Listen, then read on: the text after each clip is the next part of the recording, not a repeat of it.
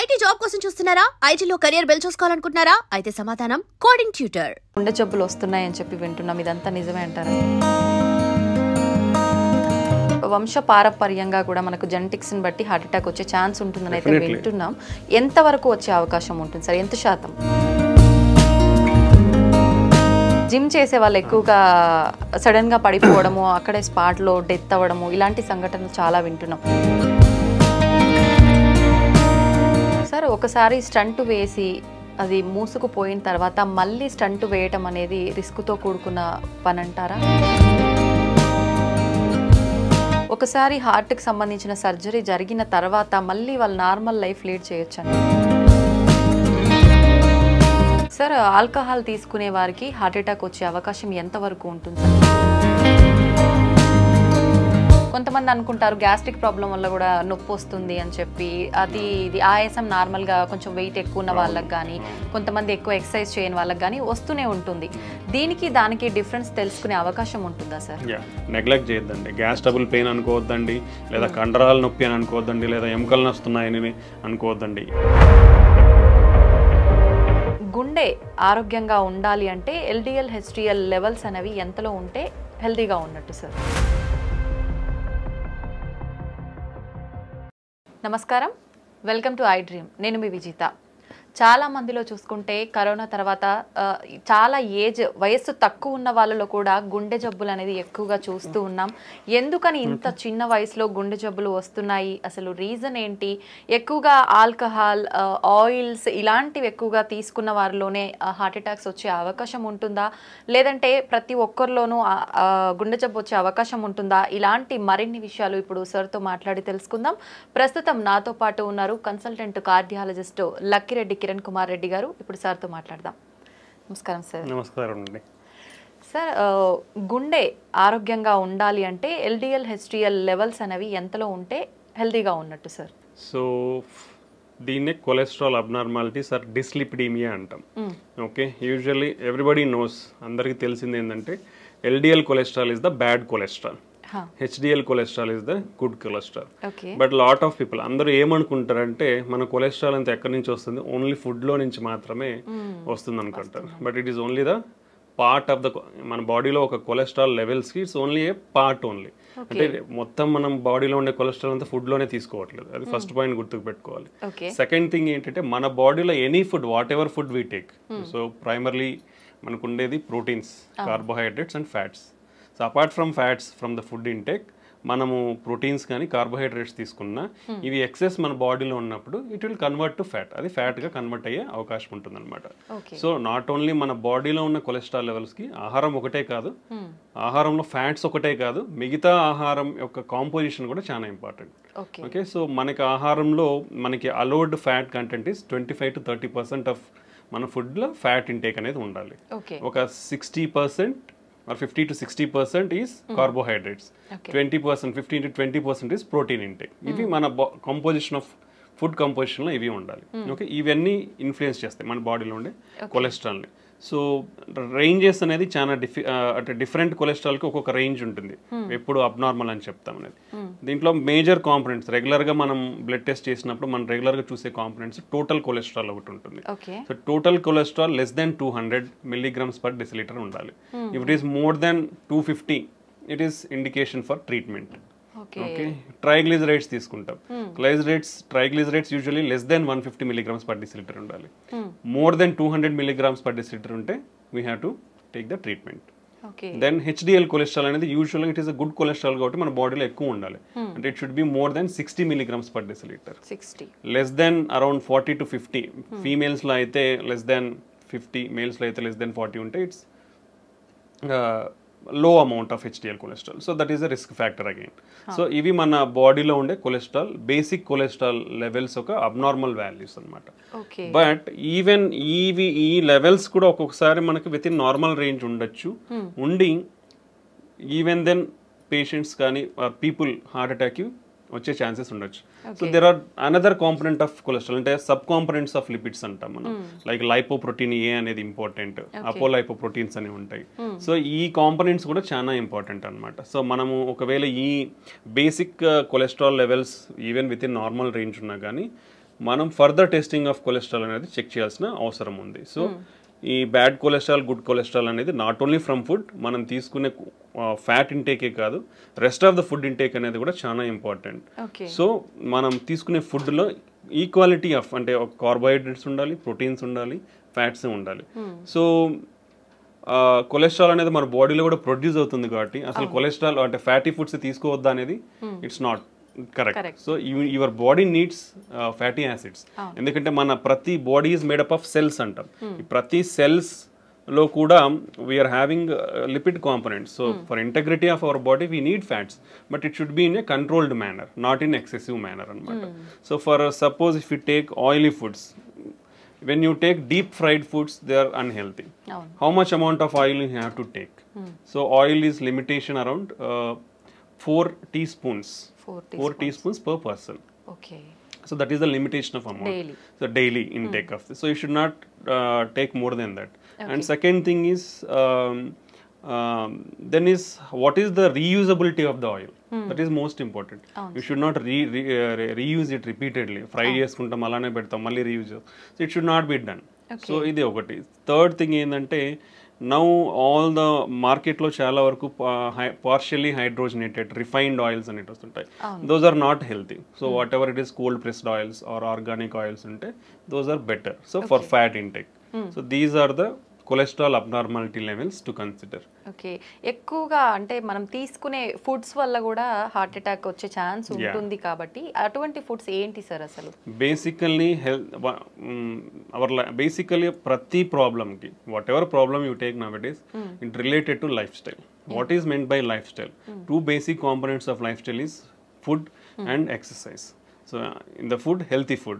So what is healthy food? If you come to heart, what is heart healthy food? So usually ga manaki clinical studies and trials lo prove aina diets patterns anedi konni unnai. One of the important diet pattern is called Mediterranean diet pattern antam. So this is Mediterranean anedi oka sea surrounding areas lo they follow this diet pattern. Vallalo heart problems ne chala takku unnai. So that is why it is recommended to safeguard your heart. Heart హెల్తీగా పెట్టుకోనికి that is usually the recommended diet. అంటే దీంట్లో ఏముంటాయి? So బేసికల్ it's like A pyramid.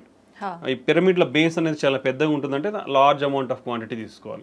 Top of the pyramid small ఉంటుంది కాబట్టి అవి లో అమౌంట్ తీసుకోవాలి.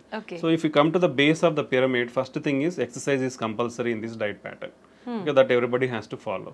ఎటువంటి ఎక్సర్సైజ్ చేయాల్సి ఉంటుంది సార్? మనకి గైడ్ లైన్స్ ప్రకారం, అమెరికన్ గైడ్ లైన్స్ ప్రకారం 150 minutes of moderate intensity exercise per week. అంటే daily 30 minutes for 5 days.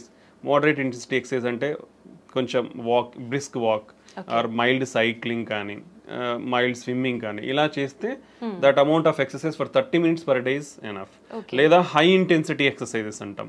That is required only 75 minutes per week. అంటే 20 minutes for 3 days, like 60 to 75 minutes per week. That is enough.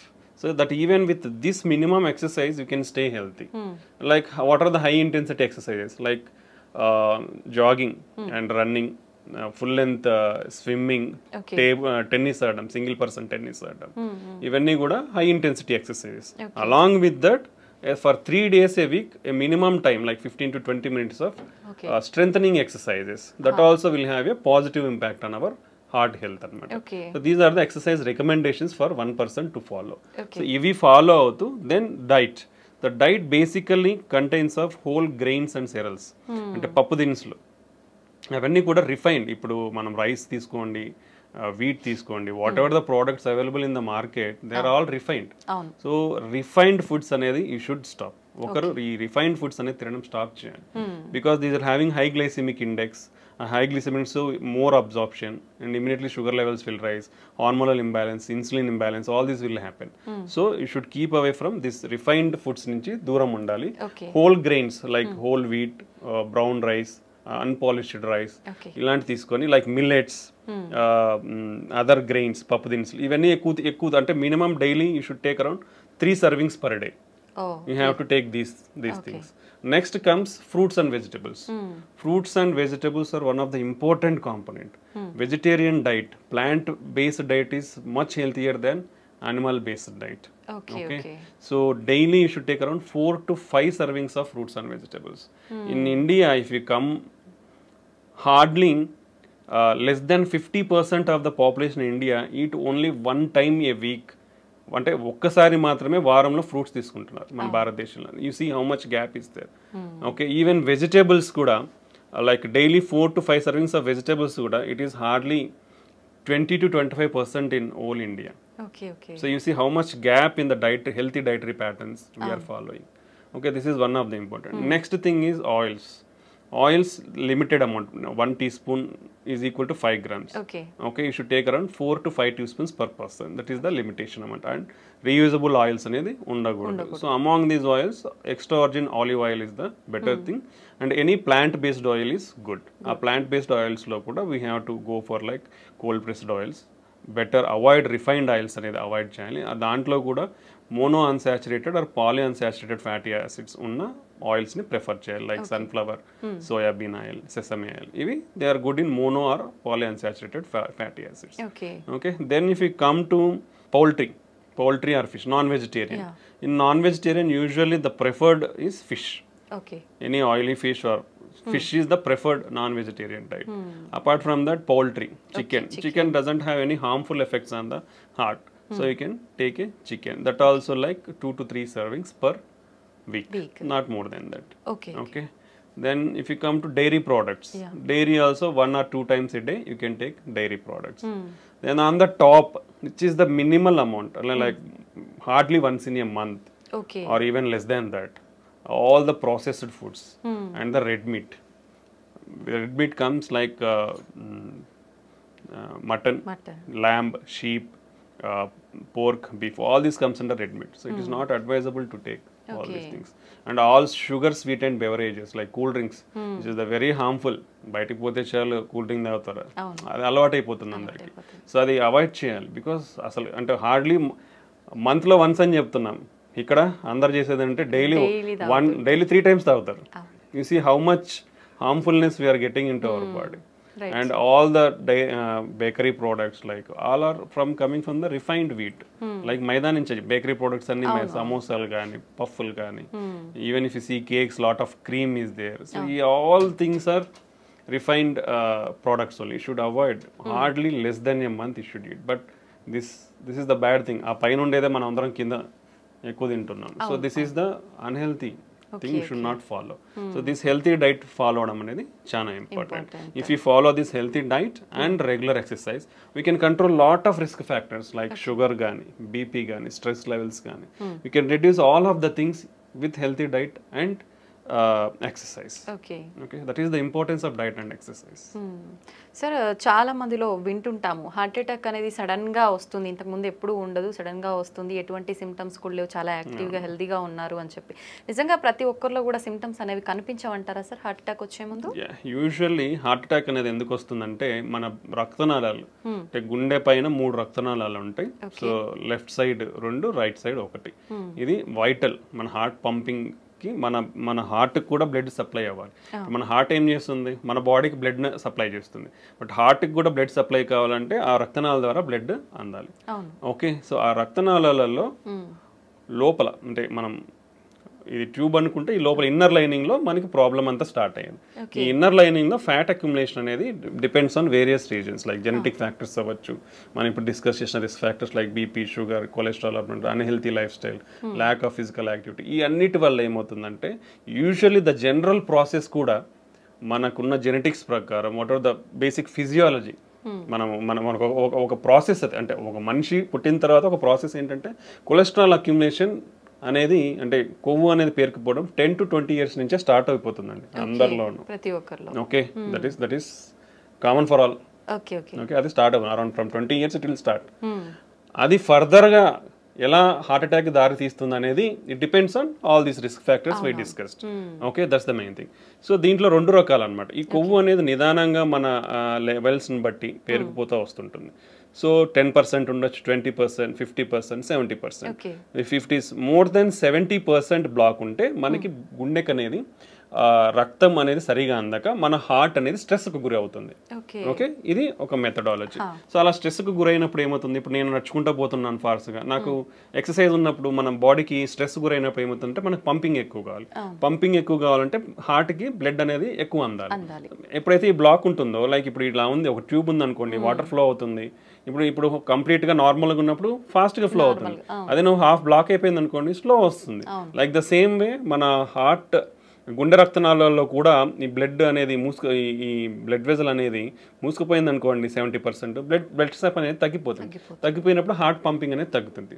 అప్పుడు మనకు symptoms like నడిచినప్పుడు కానీ, ఏదైనా పని చేసినప్పుడు కానీ, స్ట్రెస్లో ఉన్నప్పుడు ఆయాసం రావడము, ఛాతీ నొప్పి రావడము, కళ్ళు తిరగడము, వీక్నెస్ లాగా ఉండడము, ఇలా మేనిఫెస్ట్ అవుతుంది కొందరిలో. ఇది అంటే మేజర్ హార్ట్ అటాక్ రాకముందు, సడన్ హార్ట్ అటాక్ రాకముందు ఇలాంటి సిమ్టమ్స్ ఫేస్ అయ్యే ఛాన్స్ ఉంటుంది. బట్ చాలా మంది ఏం చేస్తారంటే ఇవి ఏజ్ తో రిలేటెడ్ అలా వచ్చినాయి అనుకోవడమో, లేదంటే నేను పని చేసినాను కాబట్టి పని చేస్తే ఇలా ఉంటాయి అనుకోవడం అనేది నెగ్లెక్ట్ చేస్తారు. సో ఆ నెగ్లిజెన్స్ వల్ల వీళ్ళు రికగ్నైజ్ చేయకపోవడం వల్ల సడన్ గా హార్ట్ అటాక్ కి గురవుతారు. బట్ ఇది ఒక కాంపోనెంట్ అయితే, ఇప్పుడు మనం 70% అయితే మనకు సిమ్టమ్స్ తెలుస్తాయి. But even sudden heart attacks అనేది ఈ మెకానిజం వేరు. ఈ సడన్ హార్ట్ అటాక్ లో ఏమవుతుందంటే, ఫర్ సపోజ్ 20% బ్లాకే ఉంది మనకి, 20% బ్లడ్ ఫ్లో బాగానే ఉంటుంది. బట్ ఈ అన్కంట్రోల్ షుగర్ కానీ, బీపీ ఎక్కువైనప్పుడు కానీ, లేదా స్ట్రెస్ గురైనప్పుడు కానీ, ఇలా ఏమవుతుందంటే ఈ పొర ఉంటుంది, ఏది కొలెస్ట్రాల్ పెరిగిపోయిన దాని మీద పొర, అది సడన్ గా రప్చర్ అయిపోతుంది, బర్స్ట్ అయిపోతుంది. బర్స్ట్ అయినప్పుడు ఈ లోపల ఉండేటివి బ్లడ్లో ఎక్స్పోజ్ అవడం వల్ల మన బ్లడ్లో ఉండే ప్లేట్లెట్స్ కోయాగులేషన్ ఫ్యాక్టర్స్, అంటే బ్లడ్ క్లాటింగ్ ఫ్యాక్టర్స్ అంటాం, ప్లేట్లెట్స్, అవి సడన్గా వచ్చేసి అక్కడ అన్ని చేరుకుపోతాయి. చేరుకుపోయినట్టు ఇమీడియట్గా బ్లడ్ వెజల్ అనేది బ్లాక్ అవుతుంది. ఇమీడియట్గా బ్లాక్ అయినప్పుడు సడన్ హార్ట్ అటాక్ వస్తుంది అనమాట. ఇది సడన్ హార్ట్ అటాక్ రానికి ముఖ్య కారణం. ఓకే, సో దానికి మనము ప్రియంటివ్గా మనకున్న రిస్క్ ఫ్యాక్టర్స్ని చెక్ చేసుకోవడం, రెగ్యులర్గా ఉన్న వాటిని కంట్రోల్లో పెట్టుకోవడం, హెల్తీ లైఫ్ స్టైల్ ఫాలో అవడం వల్ల ఇవన్నీ తగ్గించుకునే ఛాన్స్ ఉంటుంది. But we can't completely prevent, we can reduce the chances, but we can't completely prevent. Okay, ఇది mechanism of heart attack. So ప్రీవియస్గా ఏ సిమ్టమ్స్ లేని వాళ్ళు కూడా ఈ 20% ప్లాక్స్ అనేది సడన్ గా బర్స్ట్ అయినప్పుడు సడన్ హార్ట్ అటాక్ వచ్చే అవకాశం ఉంటుంది అనమాట. ఓకే, ఇది అక్యూట్ హార్ట్ అటాక్ అంటాం. మనం ఫస్ట్ ప్రీవియస్గా స్లోగా నడిచేటప్పుడు వచ్చేదాన్ని chronic coronary syndromes, chronic heart attack లాగా చెప్పొచ్చు అనమాట. ఇది మనకు హార్ట్ అటాక్ వచ్చే విధానం. ఓకే సార్, ఇందాక మీరు కూడా చెప్పారు చాలా మంది నెగ్లెక్ట్ చేస్తారు ఇలాంటి సిమ్టమ్స్ ఉన్నప్పుడు అని. కొంతమంది అనుకుంటారు గ్యాస్ట్రిక్ ప్రాబ్లం వల్ల కూడా నొప్పి వస్తుంది అని చెప్పి, ఇది ఆయాసం నార్మల్ గా కొంచెం వెయిట్ ఎక్కువ ఉన్న వాళ్ళకి కానీ, కొంతమంది ఎక్కువ ఎక్సర్సైజ్ చేయని వాళ్ళకి కానీ వస్తూనే ఉంటుంది. దీనికి దానికి డిఫరెన్స్ తెలుసుకునే అవకాశం ఉంటుందా సార్? ఇప్పుడు యూజువల్ గా హార్ట్ అటాక్ లో వచ్చే పెయిన్ ఏంటంటే, మనం ఛాతీ చాలా బరువు ఉంటుంది అనమాట. అంటే ఒక 100 kgs వెయిట్ పెట్టినట్లు ఉంటుంది మన ఛాతీ మీద, ప్రెషర్ ఫీల్ అవుతాం. ఓకే, నొప్పి కాదు, basically it's like discomfort. Heavy బరువు పెట్టేస్తే ఏమవుతుంది, ఊపిరి ఆడకుండా. సో ఆ బరువుతో పాటే మనకి ఈ ఊపిరి ఆడకుండా ఉండే సెన్సేషన్ తెలుస్తుంది అనమాట. So that is typical of heart attack. Okay, అది చాలా ఇంపార్టెంట్. అలా కాకుండా సమ్ టైమ్స్ సూదులు కూర్చున్నట్లు ఉండడం కానీ, లేదా ఏదో మైల్డ్గా నలతగా ఉండి మైల్డ్ పెయిన్ తెలుస్తూ ఉంది, లేదా ఆ పెయిన్ ఇట్లా చేతికంతా పాకుతున్నట్లు తెలియడము, దాంతో పాటు వామిటింగ్ వచ్చిన సెన్సేషన్ ఉండడం కానీ, లేదా కళ్ళు తిరిగినట్లు ఉండే అవకాశం ఉంటుంది. ఓకే, చెమటలు పట్టిపోతాయి, చాలా ఎక్కువ పట్టిపోతాయి చెమటలు. సో ఇలా కూడా సిమ్టమ్స్ ఉండొచ్చు అనమాట.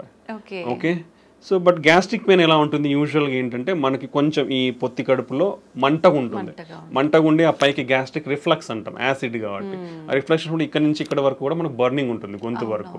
యూజువల్గా గ్యాస్ట్రిక్ పెయిన్ అలా ఉంటుంది అనమాట. But any type of pain, అంటే మనం డిస్క్రైబ్ చేసుకున్న పెయినే హార్ట్ అటాక్ ఉండాల్సిన అయితే ఉండదు, అది టిపికల్. అలా ఉంటే కంపల్సరీ హార్ట్ అటాక్. బట్ అలా కాకుండా కూర్చున్నట్లున్న పెయిన్గా ఉన్న అది కూడా హార్ట్ అటాక్ అయి ఉండొచ్చు. Okay, any pain. That's why నేను ఎప్పుడు ప్రతి ఇంటర్వ్యూలో ప్రతి ఒక్కరికి నేను ఒకటే చెప్తాను, నీకు ఎటువంటి ఛాతీ నొప్పి వచ్చినా ఒక 30 సంవత్సరాలు 40 సంవత్సరాలు దాటిన తర్వాత నెగ్లెక్ట్ చేయొద్దండి. గ్యాస్ ట్రబుల్ పెయిన్ అనుకోవద్దండి, లేదా కండరాల నొప్పి అని అనుకోవద్దండి, లేదా ఎముకలు నొస్తున్నాయని అనుకోవద్దండి. మీకు ఆ నొప్పి తగ్గట్లేదు, విపరీతమైన నొప్పి ఉంది, ఆ ఇంటెన్సిటీ అంటాం, పెయిన్ ఇంటెన్సిటీ అంటాం, మైల్డ్గా ఉంది, పెరుగుతుంది, ఆ ఇంటెన్సిటీ అలా పెరుగుతూ ఉన్నా, సో అలాంటప్పుడు ఇమ్మీడియట్గా ఒకే ఒక చిన్న టెస్ట్, ఓకే, ఈసీజీ టెస్ట్ అంటాం.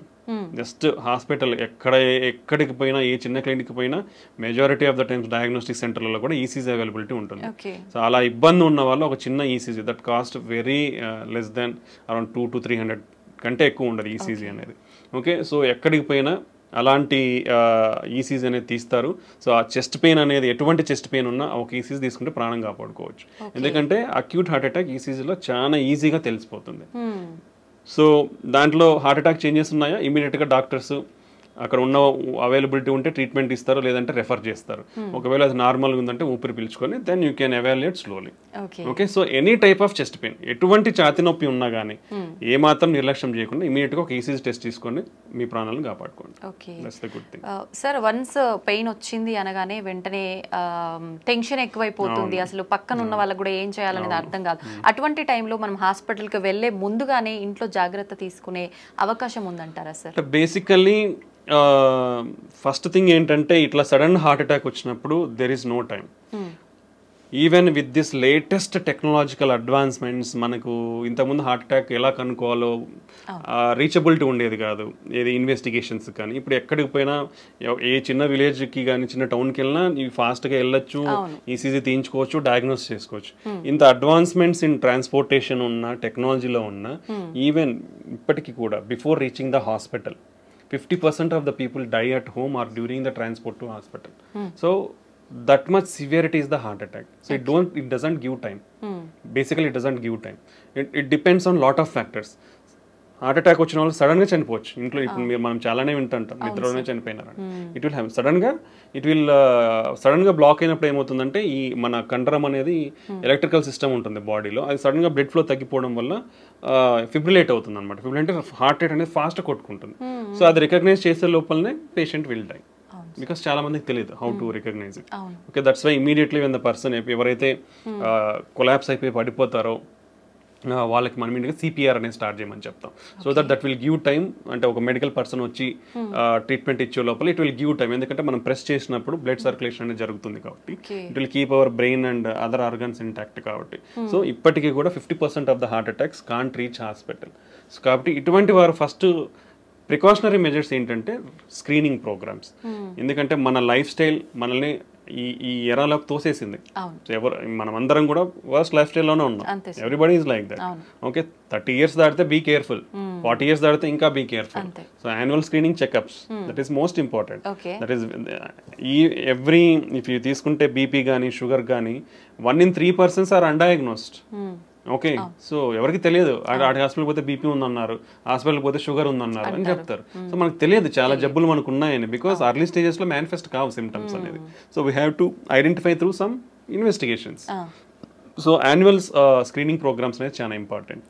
ఓకే, సెకండ్ థింగ్, బీపీ కానీ షుగర్ కానీ కొలెస్ట్రాల్ అబ్నార్మాలిటీస్ ఉన్న వాళ్ళు కానీ వీళ్ళందరూ చాలా జాగ్రత్తగా ఇప్పుడు బీపీ ఉన్న వాళ్ళు they have to keep 1 BP monitor in their home. ఇప్పుడు ఎందుకంటే హాస్పిటల్లో చూసే బీపీ వాల్యూస్ కంటే ఇంట్లో ఉన్న బీపీ వాల్యూస్ చాలా యాక్యురేట్ ఉంటుంది.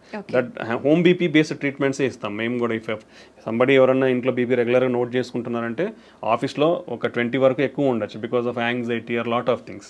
ఓకే, హోమ్ బీపీ మానిటరింగ్ అనేది చాలా ఇంపార్టెంట్ బీపీ కంట్రోల్లో పెట్టుకోండి. ఓకే, రెగ్యులర్గా బీపీ మిషన్ అనేది పెట్టుకోవాలి. బీపీ షుగర్ ఉన్న వాళ్ళు కూడా అట్లీస్ట్ మంత్లీ చెక్ చేయించుకోవాలి.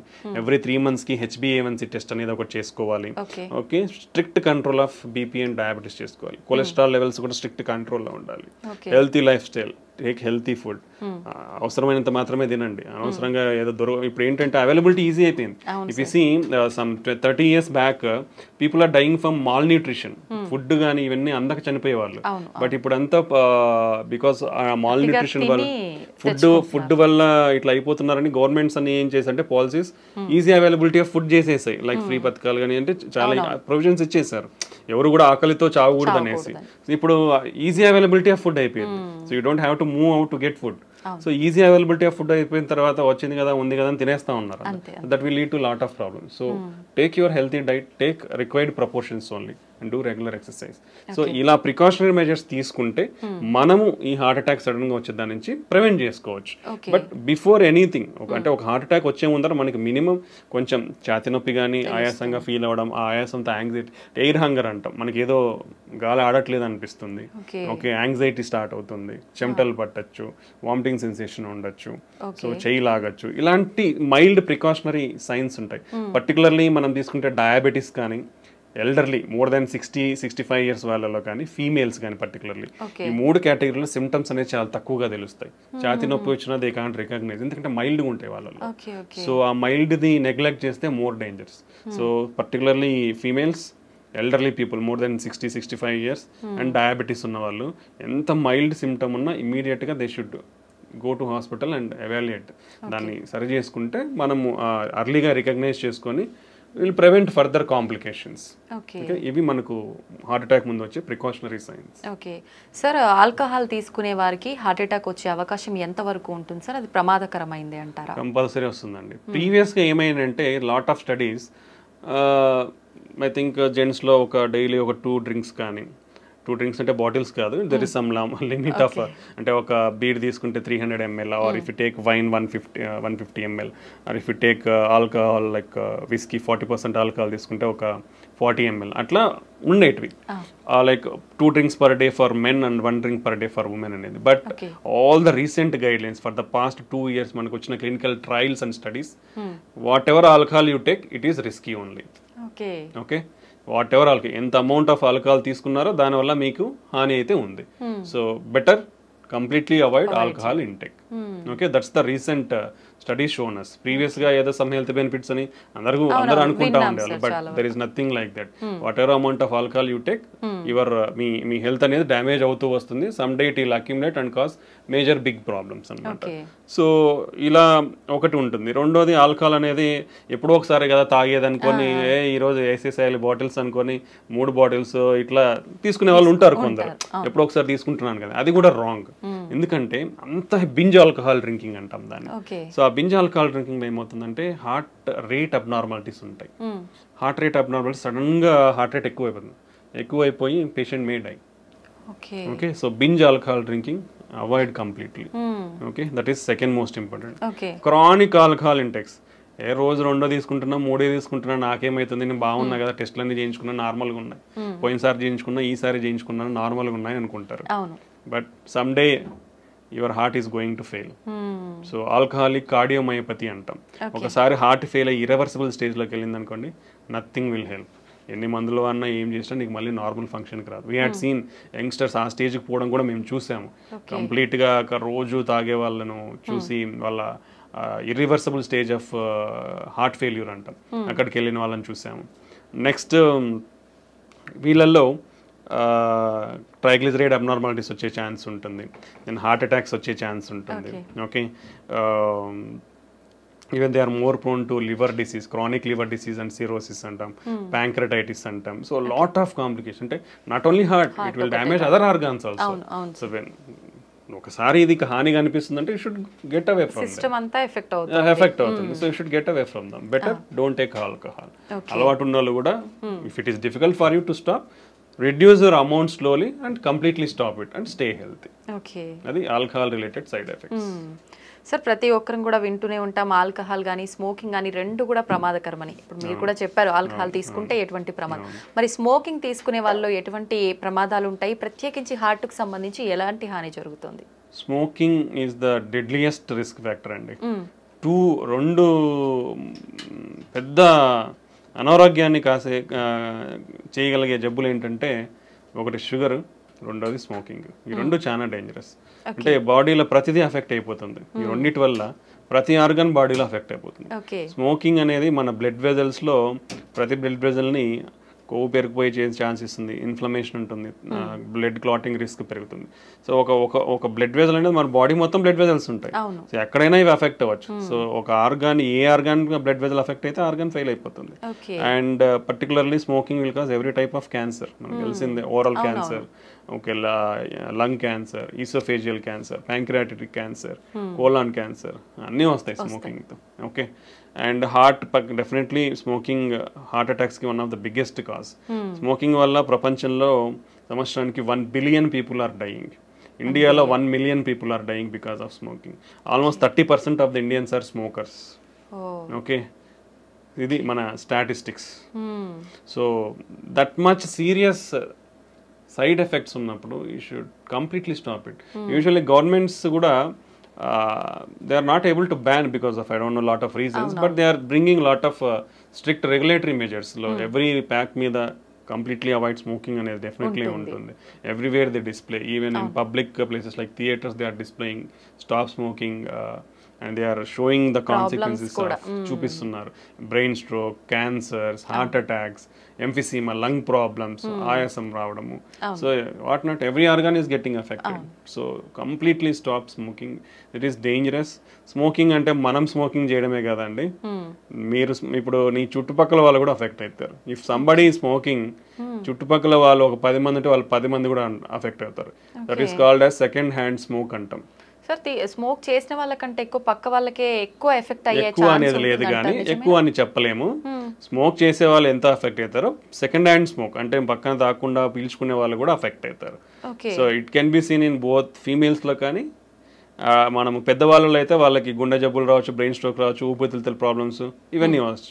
చిన్నపిల్లలలో కూడా వాళ్ళకి ఊపిరితిత్తుల ప్రాబ్లమ్స్, రికరెంట్ రెస్పిరేటరీ ట్రాక్ట్ ఊపిరితిత్తుల infections, or ENT upper respiratory tract infections, low birth weight, ఇలా చాలా కారణాలు ఉండే అవకాశం. సో ఒక ఫ్యామిలీలో మీరు ఇంట్లోనే తాగుతున్నారంటే మీ వైఫ్ అఫెక్ట్ అవుతుంది, మీ పిల్లలు ఇబ్బంది అవుతారు.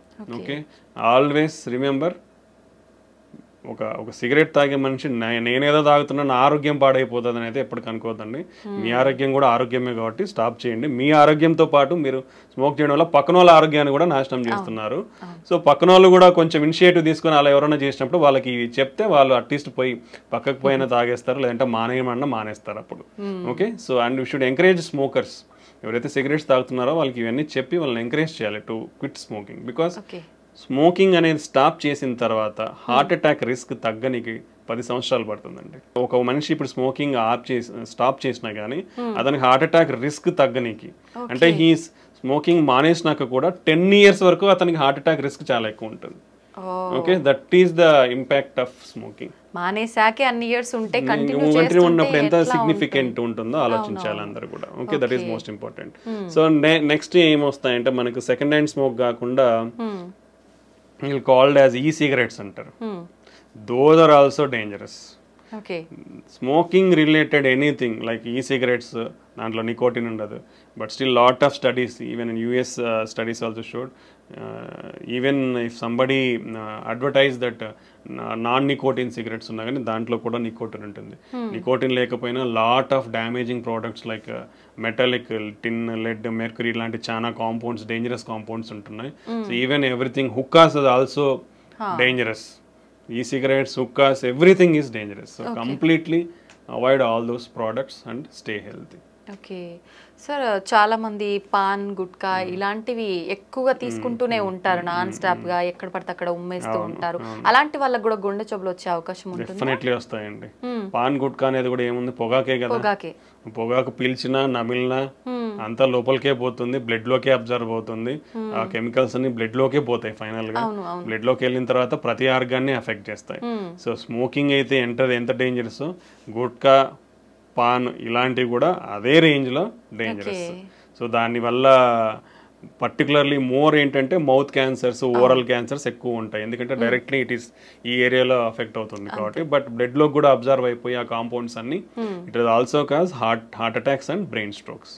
So that also too dangerous. Completely avoid all these things. Sir, cardiac arrest అంటూ ఉంటారు. హార్ట్ అటాక్ కి దానికి మధ్య డిఫరెన్స్ ఏమైనా ఉందా సార్? రెండు ఒకటేనా? రెండు డిఫరెంట్ అండి. Okay, this is very important. Heart attack అంటే మనం ఆల్రెడీ మాట్లాడుకున్నాం. అంటే మన గుండె రక్తనాళాలలో బ్లాక్స్ వస్తే ఆ బ్లాక్ వల్ల బ్లడ్ సప్లై సడన్ గా ఆగిపోయి హార్ట్ మజిల్ అనేది సడన్ గా వీక్ అవుతుంది. దాన్ని హార్ట్ అటాక్ అంటాం. ఓకే, కార్డియాక్ అరెస్ట్ అంటే గుండె కొట్టుకునేది సడన్ గా ఆగిపోవడం. అంటే ఇప్పుడు హార్ట్ అటాక్ వచ్చినప్పుడు గుండె కొట్టుకుంటుంది, అవును. But some part of the ఏ పార్ట్కి బ్లడ్ వెజల్ అఫెక్ట్ అయ్యి బ్లడ్ సప్లై తగ్గిందో ఆ పార్ట్ అనేది పనిచేయదు, రెస్ట్ ఆఫ్ ద గుండె కొట్టుకుంటుంది. ఓకే. బట్ హార్ట్ అటాక్ లో కూడా ఇలా జరగడం వల్ల సడన్ గా గుండె ఆగిపోయే ప్రమాదం అనేది ఉంటుంది. బట్ సడన్ కార్డియాక్ అరెస్ట్ అంటే సడన్ గా there are lot of reasons. Sudden గా గుండె ఆగిపోవడానికి చాలా కారణాలు ఉంటాయి. సడన్ గా గుండె అనేది కొట్టుకోవడం ఆగిపోతుంది, సో దాన్ని సడన్ కార్డియాక్ అరెస్ట్ అంటాం. So one of the reasons heart attack ఒకటి కారణము. దెన్ ఎలక్ట్రికల్ అబ్నార్మాలిటీస్ అంటాం, అరిథ్మియాస్ అంటాం, హై హార్ట్ రేట్ అబ్నార్మాలిటీస్. అలా హై హార్ట్ రేట్ ఉన్నప్పుడు గుండె, ఇప్పుడు నార్మల్గా మన గుండె 60 నుంచి 90 వరకు ఇలా కొట్టుకుంటుంది. ఓకే, ఇప్పుడు సడన్గా 200-250 నిమిషాన్ని కొట్టుకుంది అనుకోండి, మీకు కదులుతున్నట్టు తెలుస్తుందా? జస్ట్ ఫింగర్స్ మూమెంట్స్ తెలుస్తున్నాయి, బట్ ఇలా కొట్టుకుంటేనే కదా బ్లడ్ అందేది. ఇలా కొట్టుకున్నప్పుడు ఏమవుతుంది, బ్లడ్ అందదు. So it looks like heart has been stopped. So cardiac arrest. Okay, then infections, cardiomyopathies అంటాం. సో జెనెటిక్ ఉంటాయి చాలా కూడా కొన్ని. Okay, like hypertrophic cardiomyopathy, arrhythmic cardiomyopathies ఉంటాయి. కొన్ని ఛానలోపతీస్ అంటాం, అంటే మన బేసిక్ మాలిక్యులర్ లెవెల్లో కొన్ని ఛానల్స్ ఉంటాయి మన ఫంక్షన్స్ కానీ. So long QT syndrome, short QT syndrome, Brugada syndrome, ఇట్లా లాట్ ఆఫ్ థింగ్స్ ఉంటాయి అన్నమాట. Even like drug abuse will cause sudden heart attacks, sudden cardiac arrest, excessive alcohol cause sudden cardiac arrest. So ఇలా చాలా కారణాలు ఉంటాయి sudden cardiac arrest కావడానికి. So heart attack అనేది blood supply తగ్గిపోవడం వల్ల వచ్చేదాన్ని హార్ట్ అటాక్ అంటాం. కార్డియాక్ అరెస్ట్ అనేది సడన్ గా గుండె ఆగిపోతుంది అంతే. ఆ గుండె ఆగిపోయినప్పుడు ఎవరైనా చేయగలిగేదంటే సిపిఆర్ చేయాలి. అది ప్రతి ఒక్కరూ నేర్చుకోవాలి. ఎందుకంటే సంబడి మీకు ఆ సిపిఆర్ అనేది తెలిస్తే అట్లీస్ట్ మీరు మనం అంటే throughout your life span you can save one life. అది కంపల్సరీ ఎవ్రీబడి, అంటే చదువులేని వాళ్ళు కూడా నేర్చుకోవచ్చు. అది it's not a big science కానీ నాలెడ్జ్ కానీ ఏం లేదు. అదేంటే just need a simple training. Everybody ఆ ట్రైనింగ్ ని కూడా తీసుకోవచ్చు. Lot of online programmes, hospitals are offering CPR programmes. CPR training అనేది తీసుకుంటే అంటే అట్లీస్ట్ మనకు ఛాన్స్ దొరికినప్పుడు అవసరంలో ఉన్న వాళ్ళకి మనము ఆ సిపిఆర్ ఇచ్చి కాపాడగలిగే వాళ్ళం అవుతాం అనమాట. ఓకే సార్, మీరు చెప్పారు షుగర్ ఉన్న వాళ్ళలో కూడా ఎక్కువగా హార్ట్ అటాక్ వచ్చే అవకాశం ఉంటుంది అని చెప్పి. కొంతమందిలో షుగర్ ఉంటుంది బట్ కంట్రోల్లోనే టాబ్లెట్స్ వాడుతుంటారు, దాని దగ్గర డైట్ కంట్రోల్లో ఉంటుంది. అలాంటి వాళ్ళలో కూడా హార్ట్ అటాక్ వచ్చే ఛాన్స్ ఉంటుందా? యూజువల్గా అన్కంట్రోల్డ్ షుగర్స్ వాళ్ళకి very high risk. But even diabetes under కంట్రోల్లో ఉన్న వాళ్ళకి కూడా వచ్చే ఛాన్స్ ఉంటుంది. ఎందుకంటే so by the time literally in our country 80% of the people are having diabetes. Okay, and less than 50% are not under control. So uncontrol sugars అనేది చాలా ఎక్కువ. ఓకే, అండ్ షుగర్ ఉన్న వాళ్ళలో షుగర్ ప్రాబ్లమ్ ఒకటే ఉండదండి, BP ఉంటుంది, cholesterol abnormalities ఉంటుంది, kidney problems ఉండే ఛాన్స్ ఉంటుంది. సో మల్టిపుల్ ప్రాబ్లమ్స్ ఉంటాయి. ఇలా మల్టిపుల్ ప్రాబ్లమ్స్ ఉన్నప్పుడు one of the factor will affect. So even when your blood sugar is there, still chances of getting. And చాలా మందికి షుగర్స్లో మేము డయాబెటిక్స్లో ఏంటంటే మేము యాంజియోగ్రామ్స్ చేసినప్పుడు చూస్తాం. ఎందుకంటే వాళ్ళు ఆయాసం రావడమో లేదంటే ఛాతీ నొప్పి వస్తుందని నడిస్తే ఛాతీ నొప్పి వస్తుంది రావడమో జరుగుతూ ఉంటుంది మెజారిటీ. సో వాళ్ళలో యూజువల్గా there are different specific type of blocks ఉంటాయి. అంటే పైనుంచి కింది వరకు బ్లడ్ వెజల్స్ అన్ని సన్నగా అయిపోతాయి. By the time you start treatment, మీరు ట్రీట్మెంట్ స్టార్ట్ చేసే టైంకి కానీ లేదా కంట్రోల్ అయ్యే టైంకి జరగాల్సిన డ్యామేజ్ జరిగిపోయి ఉంటుంది.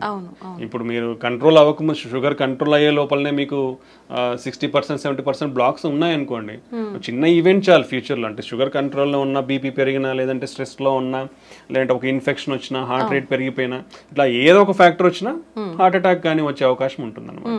సో షుగర్ కంట్రోల్ తో పాటు healthy life style and other risk factors ఏమన్నా ఉంటే అవి కంట్రోల్లో పెట్టుకుంటే తక్కువ ఛాన్స్ ఉంటుంది. అంటే అందరికీ అలానే ఉంటుందని చెప్పలేం. షుగర్ ఉన్న వాళ్ళల్లో నార్మల్ వెజల్స్ కూడా ఉండే ఛాన్స్ ఉంటుంది. అంటే స్ట్రిక్ట్ కంట్రోల్, అంటే ఇనిషియల్గానే ఫస్ట్ నుంచి స్ట్రిక్ట్ కంట్రోల్ ఉండాలి. అంటే కొన్ని ఇయర్స్ అంతా కంట్రోల్లో లేకుండా ఫైనల్గా కంట్రోల్ అయింది కదా అనుకుంటే ముందంతా డ్యామేజ్ జరిగిపోయి ఉంటుంది.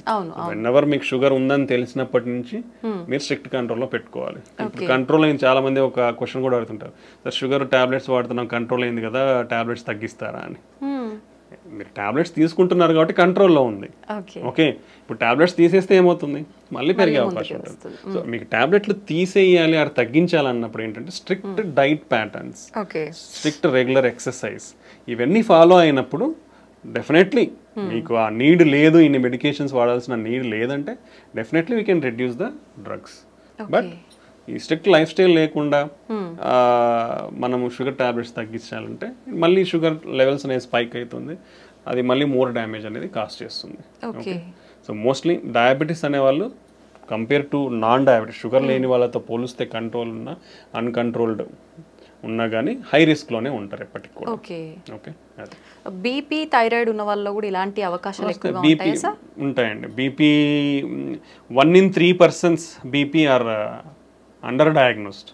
ఇప్పుడు మనం 5 మంది ఉన్నాం, ఇక్కడ ఎవరికొకరికి ఉండొచ్చు బీపీ, అంటే ముగ్గురులో ఒకరికి బీపీ తెలియదు, ఉందని తెలియదు. బై ద టైం తెలిసే లోపల బ్రెయిన్ స్ట్రోక్స్ రావచ్చు, హార్ట్ స్ట్రోక్స్ రావచ్చు, కిడ్నీ ఫెయిల్యూర్ అవ్వచ్చు. సో ఇవి అన్ని ఆర్గాన్స్ని ఎఫెక్ట్ చేస్తాయి. బీపీ షుగర్ అనేటివి ఒక గుండెనే కాదు, మిగతా ఆర్గాన్స్ కూడా ఎఫెక్ట్ అవుతాయి. చాలా మంది కిడ్నీ పేషెంట్స్ సడన్గా హై బీపీ అంటే ఎవరు చెక్ చేయించుకోరు కదా రెగ్యులర్ కదా. సో రెగ్యులర్ చెకప్ అనేది చాలా ఇంపార్టెంట్ అండి. ఒకసారి ఇప్పుడు గవర్నమెంట్ హాస్పిటల్స్ ఉన్నాయి, లేదంటే క్లినిక్స్ ఉన్నాయి, చాలానే ఇప్పుడు అవైలబిలిటీ వచ్చేసింది. లేదంటే ఇంట్లో బీపీ మానిటర్ పెట్టుకుని ఆటోమేటిక్ ఇంకోరు వచ్చి చూడాల్సిన అవసరం లేదు. ఇప్పుడు ఇంట్లో కనెక్ట్ చేసుకొని చూసుకున్నా మనకు బీపీ ఉందా లేదా తెలిసిపోతుంది. సో అప్పుడప్పుడు అనేది ఈ బీపీ మెజర్మెంట్, షుగర్ టెస్టింగ్ అనేది కంపల్సరీ చేయించుకుంటూ ఉండాలంటే ఇవన్నీ ఎక్కువైపోతున్నాయి because of our lifestyle. So ఇవి చెక్ చేసుకోవడం వల్ల మనం జాగ్రత్త పడి మన ఆరోగ్యాన్ని కాపాడుకున్న వాళ్ళం అవుతాం అన్నమాట. సో బీపీ ఉన్న వాళ్ళు కూడా మోస్ట్లీ హార్ట్ అటాక్స్ కానీ బ్రెయిన్ స్ట్రోక్స్, కిడ్నీ ఫెయిల్యూర్స్ అనేది చాలా ఎక్కువ రేట్స్ అనేది ఉంటుంది. ఒకరిలో ముగ్గురు బీపీ ఉందనేది అండర్ డయాగ్నోస్డ్ ఉంది. ఆల్మోస్ట్ ఏవైతే హార్ట్ అటాక్స్ వస్తున్నాయో, బ్రెయిన్ స్ట్రోక్స్ వస్తున్నాయో వీళ్ళల్లో 55% మందికి బీపీ ఉంటుంది. Okay, and BP almost 12% deaths cause చేస్తుంది. Okay, that much significant. BP వల్ల ఈవెన్ మన మెయిన్ బ్లడ్ వెజల్ అయోటా ఉంటుంది, అది కూడా లైక్ రప్చర్ అయ్యే, డిసెక్షన్స్ అయ్యే అన్కంట్రోల్డ్ ఉంటే మన బ్రెయిన్లో హెమరేజ్ అయ్యే ఛాన్స్ ఉండొచ్చు. ఇలా lot of complications. So BP అనేది మనం ఇంట్లోనే చెక్ చేసుకోవచ్చు because of availability of technology now days. ఇప్పుడు అంతా స్మార్ట్ వాచ్లలో కూడా బీపీ వస్తున్నాయి తొందరలో, ఇంతవరకు రాలేదు. But future generation all watches are coming with everything, heart rate monitor, blood pressure, oxygen saturation. You can use the technology and stay healthy. Availability ఉన్నప్పుడు we have to use the technology and stay healthy. So BP కూడా ఇలాంటివి definitely lot of problems అనేది cos చేస్తుంది. చాలా మందిలో high బీపీసే కాకుండా లో BPs కూడా ఉంటూ ఉంటాయి కదా సార్, వాళ్ళలో కూడా అవకాశం ఉంటుందా? అంటే లో బీపీ ఇస్ డిఫరెంట్ ఎంటిటీ అండి. ఓకే, హై బీపీ అంటే యూజువల్గా నార్మల్ ఈజ్ 120/80 అంటాం, అంటే పైన సిస్టోలిక్ కింద డయాస్టోలిక్. మోర్ దెన్ 130/85 ఈజ్ అబ్ normal. More than 140/90 is called stage 2. Okay, stage 3 అంటే మోర్ దెన్ 180/120. సో ఇవి మన staging of BP levels. Okay, so border line అంటే నార్మల్ లో లెవెల్ ఆఫ్ నార్మల్ బీపీ అంటే 90/60. సో పైన 90 ఉండడం, కింద if it is less than 90/60 ఉంటేనే మనం లో బీపీ అంటాం. బట్ ఈ బార్డర్ లైన్ బీపీ అనేది కొందరిలో ఉండొచ్చు. యూజువల్లీ ఫీమేల్స్ సన్నగా ఉన్న వాళ్ళల్లో, వెయిట్ తక్కువ ఉన్న వాళ్ళలో ఇలా బీపీ అనేది లోవర్ లెవెల్స్ ఉండొచ్చు. ప్రెగ్నెంట్స్ లో కూడా కొంచెం బీపీ అనేది లో లెవెల్లో ఉండొచ్చు. సో కొందరిలో ఇది నార్మల్ వేరియంట్, అంటే it's not low BP is not borderline BPs are normal variant. Low BP అనేది డిఫరెంట్ కాజెస్, లైక్ ఇప్పుడు ఏదైనా హార్ట్ అటాక్, హార్ట్ వీక్ ఉండడం కానీ, హార్ట్ ఫెయిల్యూర్ ఉండి హార్ట్ వీక్ ఉండడం కానీ, లేదా ఇప్పుడు వామిటింగ్స్, డయేరియల్ అయిపోయినప్పుడు, ఫ్లూయిడ్ లాస్, బ్లడ్ మన బాడీ నుంచి ఫ్లూయిడ్ లాస్, డిహైడ్రేషన్ ఉన్నప్పుడు బీపీ అనేది తగ్గుతుంది. ఓకే, దెన్ ఇన్ఫెక్షన్స్ ఉన్నప్పుడు తగ్గే అవకాశం ఉంటుంది. సో ఇలా చాలా కారణాలు ఉంటాయి లో బీపీ అనేది. సో అది మనం చూసుకోవాలి దేనివల్ల. ఒకవేళ నిజంగానే లో బీపీ ఉందంటే ఏమైనా ప్రాబ్లం ఉందనేది చెక్ చేసుకోవాల్సి ఉంటుంది. బట్ యూజువల్గా అయితే లో బీపీ అనేది ఉండదు. Okay, until unless some problem is there, low BP అనేది ఉండదు. ఓకే సార్, హార్ట్ పెయిన్ వచ్చింది అనగానే వెంటనే ఏదైనా ట్యాబ్లెట్ వేసుకుంటే కనుక ఇది మనం కొంతలో కొంత తగ్గించుకోవచ్చు హాస్పిటల్కి వెళ్ళే లోపే అనే ఏదైనా ట్యాబ్లెట్ ఉందా సార్? అంటే అది అందరూ తీసుకోలేమండి బేసికల్లీ. ఇప్పుడు ఎవరికి వస్తుంది ఎవరు తెలియదు కదా. ఇప్పుడు మనం రోజు ఎన్ని టాబ్లెట్స్ పెట్టుకొని తిరుగుతామండి, ఎవరు తిరగలేం కదా. సో అదే దానికంటే ఏంటంటే ఇలా ఒక టాబ్లెట్ అనేది కాకుండా, అంటే ఇప్పుడు టాబ్లెట్స్ అనేది ప్రిస్క్రిప్షన్ ఉంటే కూడా ఎవరు ఇవ్వరండి. ఓకే, సో ఆల్రెడీ ఇప్పుడు పేషెంట్స్ లైక్ షుగర్ కానీ, బీపీ ఉంది, బీపీ వాళ్ళు, కొలెస్ట్రాల్ ఉన్న వాళ్ళు, ఆల్రెడీ హార్ట్ అటాక్ వచ్చిన వాళ్ళు, బ్రెయిన్ స్ట్రోక్ వచ్చిన వాళ్ళు, లేదా స్టంట్లు కానీ బైపాస్ చేయించుకున్న వాళ్ళల్లో రికరెంట్గా వచ్చే ఛాన్స్ ఉంటుంది. అలాంటి వాళ్ళకి ఆల్రెడీ బ్లడ్ థిన్నర్స్ ఉంటాయి. వాళ్ళల్లో మనం ఒకవేళ అలాంటి సిమ్టమ్స్ ఉన్నప్పుడు ఆ బ్లడ్ థిన్నర్స్ని మనం ఇచ్చిన డోస్ లైక్ ఆ టాబ్లెట్స్ని ఒక 2 టాబ్లెట్స్ కానీ అలా తీసుకుంటే వాళ్ళకి ఇన్స్ట్రక్షన్స్ ఉంటాయని మన ఇన్స్ట్రక్షన్స్ ప్రకారం తీసుకుని ఉంటే ఆ సైన్స్ ఉన్నప్పుడు వాళ్ళు తీసుకున్నప్పుడు ప్రివెంట్ చేసి అంటే రికరెంట్ అటాక్స్ ప్రివెంట్ చేసేదానికి ఉపయోగపడుతుంది. అంటే ఆల్రెడీ అఫెక్ట్ అయిన వాళ్ళకి, ఎందుకంటే వాళ్ళ దగ్గర ఆల్రెడీ రెడీలీ అవైలబుల్ ఉంటాయి. అలా మిగతా వాళ్ళ దగ్గర రెడీలీ అవైలబుల్ ఉండవు కదా. అవైలబుల్ ఉన్న వాళ్ళు ఏంటంటే ఫస్ట్ నిర్ధారణ చేసుకోవాలి. పెయిన్ ఎందుకు వస్తుందో తెలియనప్పుడు నువ్వు టాబ్లెట్స్ మింగేస్తాను సార్ అంటే ఎట్లా కష్టం కదా. సో దానికి ఇమీడియట్ గా ఎనీ చెస్ట్ పెయిన్ నెగ్లిజెన్స్ లేకుండా ఒక చిన్న ఈసీజీ దించుకోండి. ఈసీజీలో ఉంటే మీకు డాక్టరే ఇస్తారు టాబ్లెట్స్, లేదంటే అవసరం లేదు. ఓకే, సో అలా ప్రతి ఒక్కరు టాబ్లెట్స్ అనేది మింగడానికి కరెక్ట్ కాదు. యూజువల్గా ఏంటంటే మనకి ఇలా రిస్క్ ఫ్యాక్టర్స్ ఉన్న వాళ్ళల్లో we'll having scoring systems. Okay, వాళ్ళ రిస్క్ని ఎవాల్యుయేట్ చేసే స్కోరింగ్ సిస్టమ్స్ ఉంటాయి మనకి. So like intermediate to high risk అంటాం. అలా ఉన్న వాళ్ళకి వీ కెన్ డాక్టర్స్ వీళ్ళు ప్రిస్క్రైబ్ అంటే హార్ట్ అటాక్ రాకుండా బ్లడ్ థిన్నర్స్ అనేది ఇస్తామన్నమాట. సో అలాంటి వాళ్ళ దగ్గర ఉన్నప్పుడు వాళ్ళు తీసుకోవచ్చు, నాట్ ఎవ్రీబడి. సార్, ప్రత్యేకంగా లేడీస్ విషయానికి వస్తే హార్ట్ అటాక్ రావడానికి ఇవి రీజన్స్ అని చెప్పొచ్చే రీజన్స్ ఏమైనా ఉన్నాయా? అంటే usually ladies are under represented అండి. లాట్ ఆఫ్ క్లినికల్ ట్రయల్స్లో చూసుకుంటే ఎక్కువ మంది జెంట్స్లోనే ఎవాల్యుయేట్ చేసిన ఫీమేల్స్ని evaluate. So there is lot of discrepancy in the data also. అంటే వీళ్ళని ఎక్కువ రిప్రజెంట్ చేసినారు కాబట్టి వీళ్ళని ఎక్కువ, వీళ్ళని రిప్రజెంట్ చేయలేదు కాబట్టి తక్కువ అన్నట్లు ఉంటుంది. బట్ ఫీమేల్స్కి మేల్స్ ఆల్ ఈక్వల్లీ ఇద్దరు కూడా హార్ట్ అటాక్ రావడానికి సమానమైన ఛాన్సెసే ఉంటాయి. సో వీళ్ళ అంటే బీపీ, షుగర్, కొలెస్ట్రాల్ ఇవన్నీ కూడా యాజ్ జెంట్స్ ఫీమేల్స్ సేమ్ రిస్కే ఉంటుంది. బట్ ఫీమేల్స్లో తీసుకుంటే like they are more prone to some special category. అంటే మన వెజల్స్ అనేది మెయిన్ వెజల్స్ అంటే మైక్రో వెజల్ అంటాం, కింద దాని చివర్లో వచ్చేది మైక్రో వెజల్. ఈ మైక్రో వాస్కులేచర్ అబ్స్ట్రక్షన్స్ కొంచెం ఫీమేల్స్లో ఎక్కువ ఉంటుంది. That is the first point. రెండోది females are more sensitive, like it called vasospasm అంటే వెజల్ ఉండేది సడన్ గా ముడుచుకుపోతుంది. ఇలా స్పాజమ్ కి females are more prone. Emotionally also it called emotional heart syndrome కూడా ఉంటుంది మనకి, సాకోసోబో సిండ్రోమ్ అంటాం.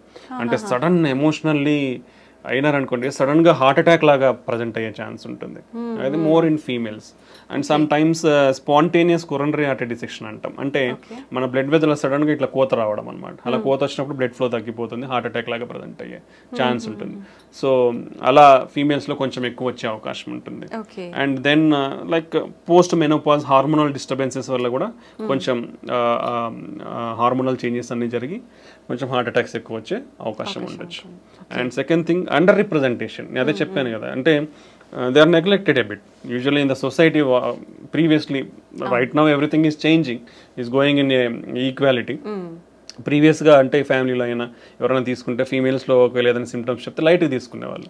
అలా ఆ నెగ్లిజెన్స్ అనేది ఉండకూడదు ఇప్పుడు వాళ్ళు, ఎందుకంటే they are also equally affected by health. So వాళ్ళలో ఆ నెగ్లిజెన్స్ చూపించకుండా వాళ్ళకు కూడా ఇమీడియట్ ట్రీట్మెంట్ తీసుకుంటే you can give better care to our family members ఫీమేల్స్కి. ఓకే, ఇదొకటి. దెన్ ప్రెగ్నెన్సీలో that is most important nowadays. Pregnancy ఉన్నప్పుడు you should take care of your health very properly. మీకు బీపీ కానీ షుగర్ కానీ ఇలా complications ఏమున్నా కానీ these are all carrying forward. So if anybody develops BP or thyroid disorders or sugar in pregnancy, they are more prone to risk for getting heart problems in future. So you should manage your pregnancy well. So ఇవన్నీ చాలా important అనమాట ఫీమేల్స్లో. So ఇవన్నీ care తీసుకుంటే, and మనం already discuss చేసుకున్నాం ఫీమేల్స్లో symptoms అనేది ఈజీగా recognise చేయడం కూడా కొంచెం వాళ్ళలో తక్కువ తెలుస్తాయి, నొప్పిని రికగ్నైజ్ చేయడం కానీ ఆయాసం కానీ. సో ఇవన్నీ ఆ నెగ్లిజెన్స్ అనేది లేకుండా మైల్డ్ ప్రాబ్లం ఉన్నప్పుడు కూడా మనకు ఫీమేల్స్ పెద్దవాళ్ళు ఎవరైతే ఉన్నారో ఇంట్లో వాళ్ళకి ఇమీడియట్ కేర్, మనం కన్సర్న్ అండ్ కేర్ చూపించి వాళ్ళని సరైన చూపిస్తే మనం అర్లీగా డిటెక్ట్ చేసి we can save themselves.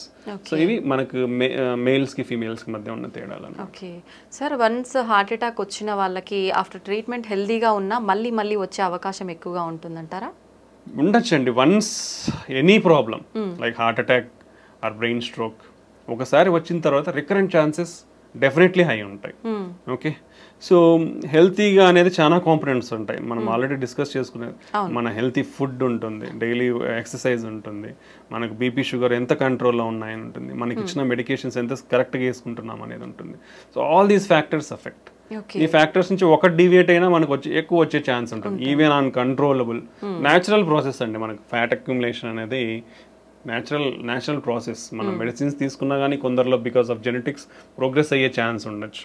So ఈ డిఫరెంట్ కాంపనెంట్స్ వల్ల అఫెక్ట్ అయ్యే ఛాన్స్ ఉంటుంది.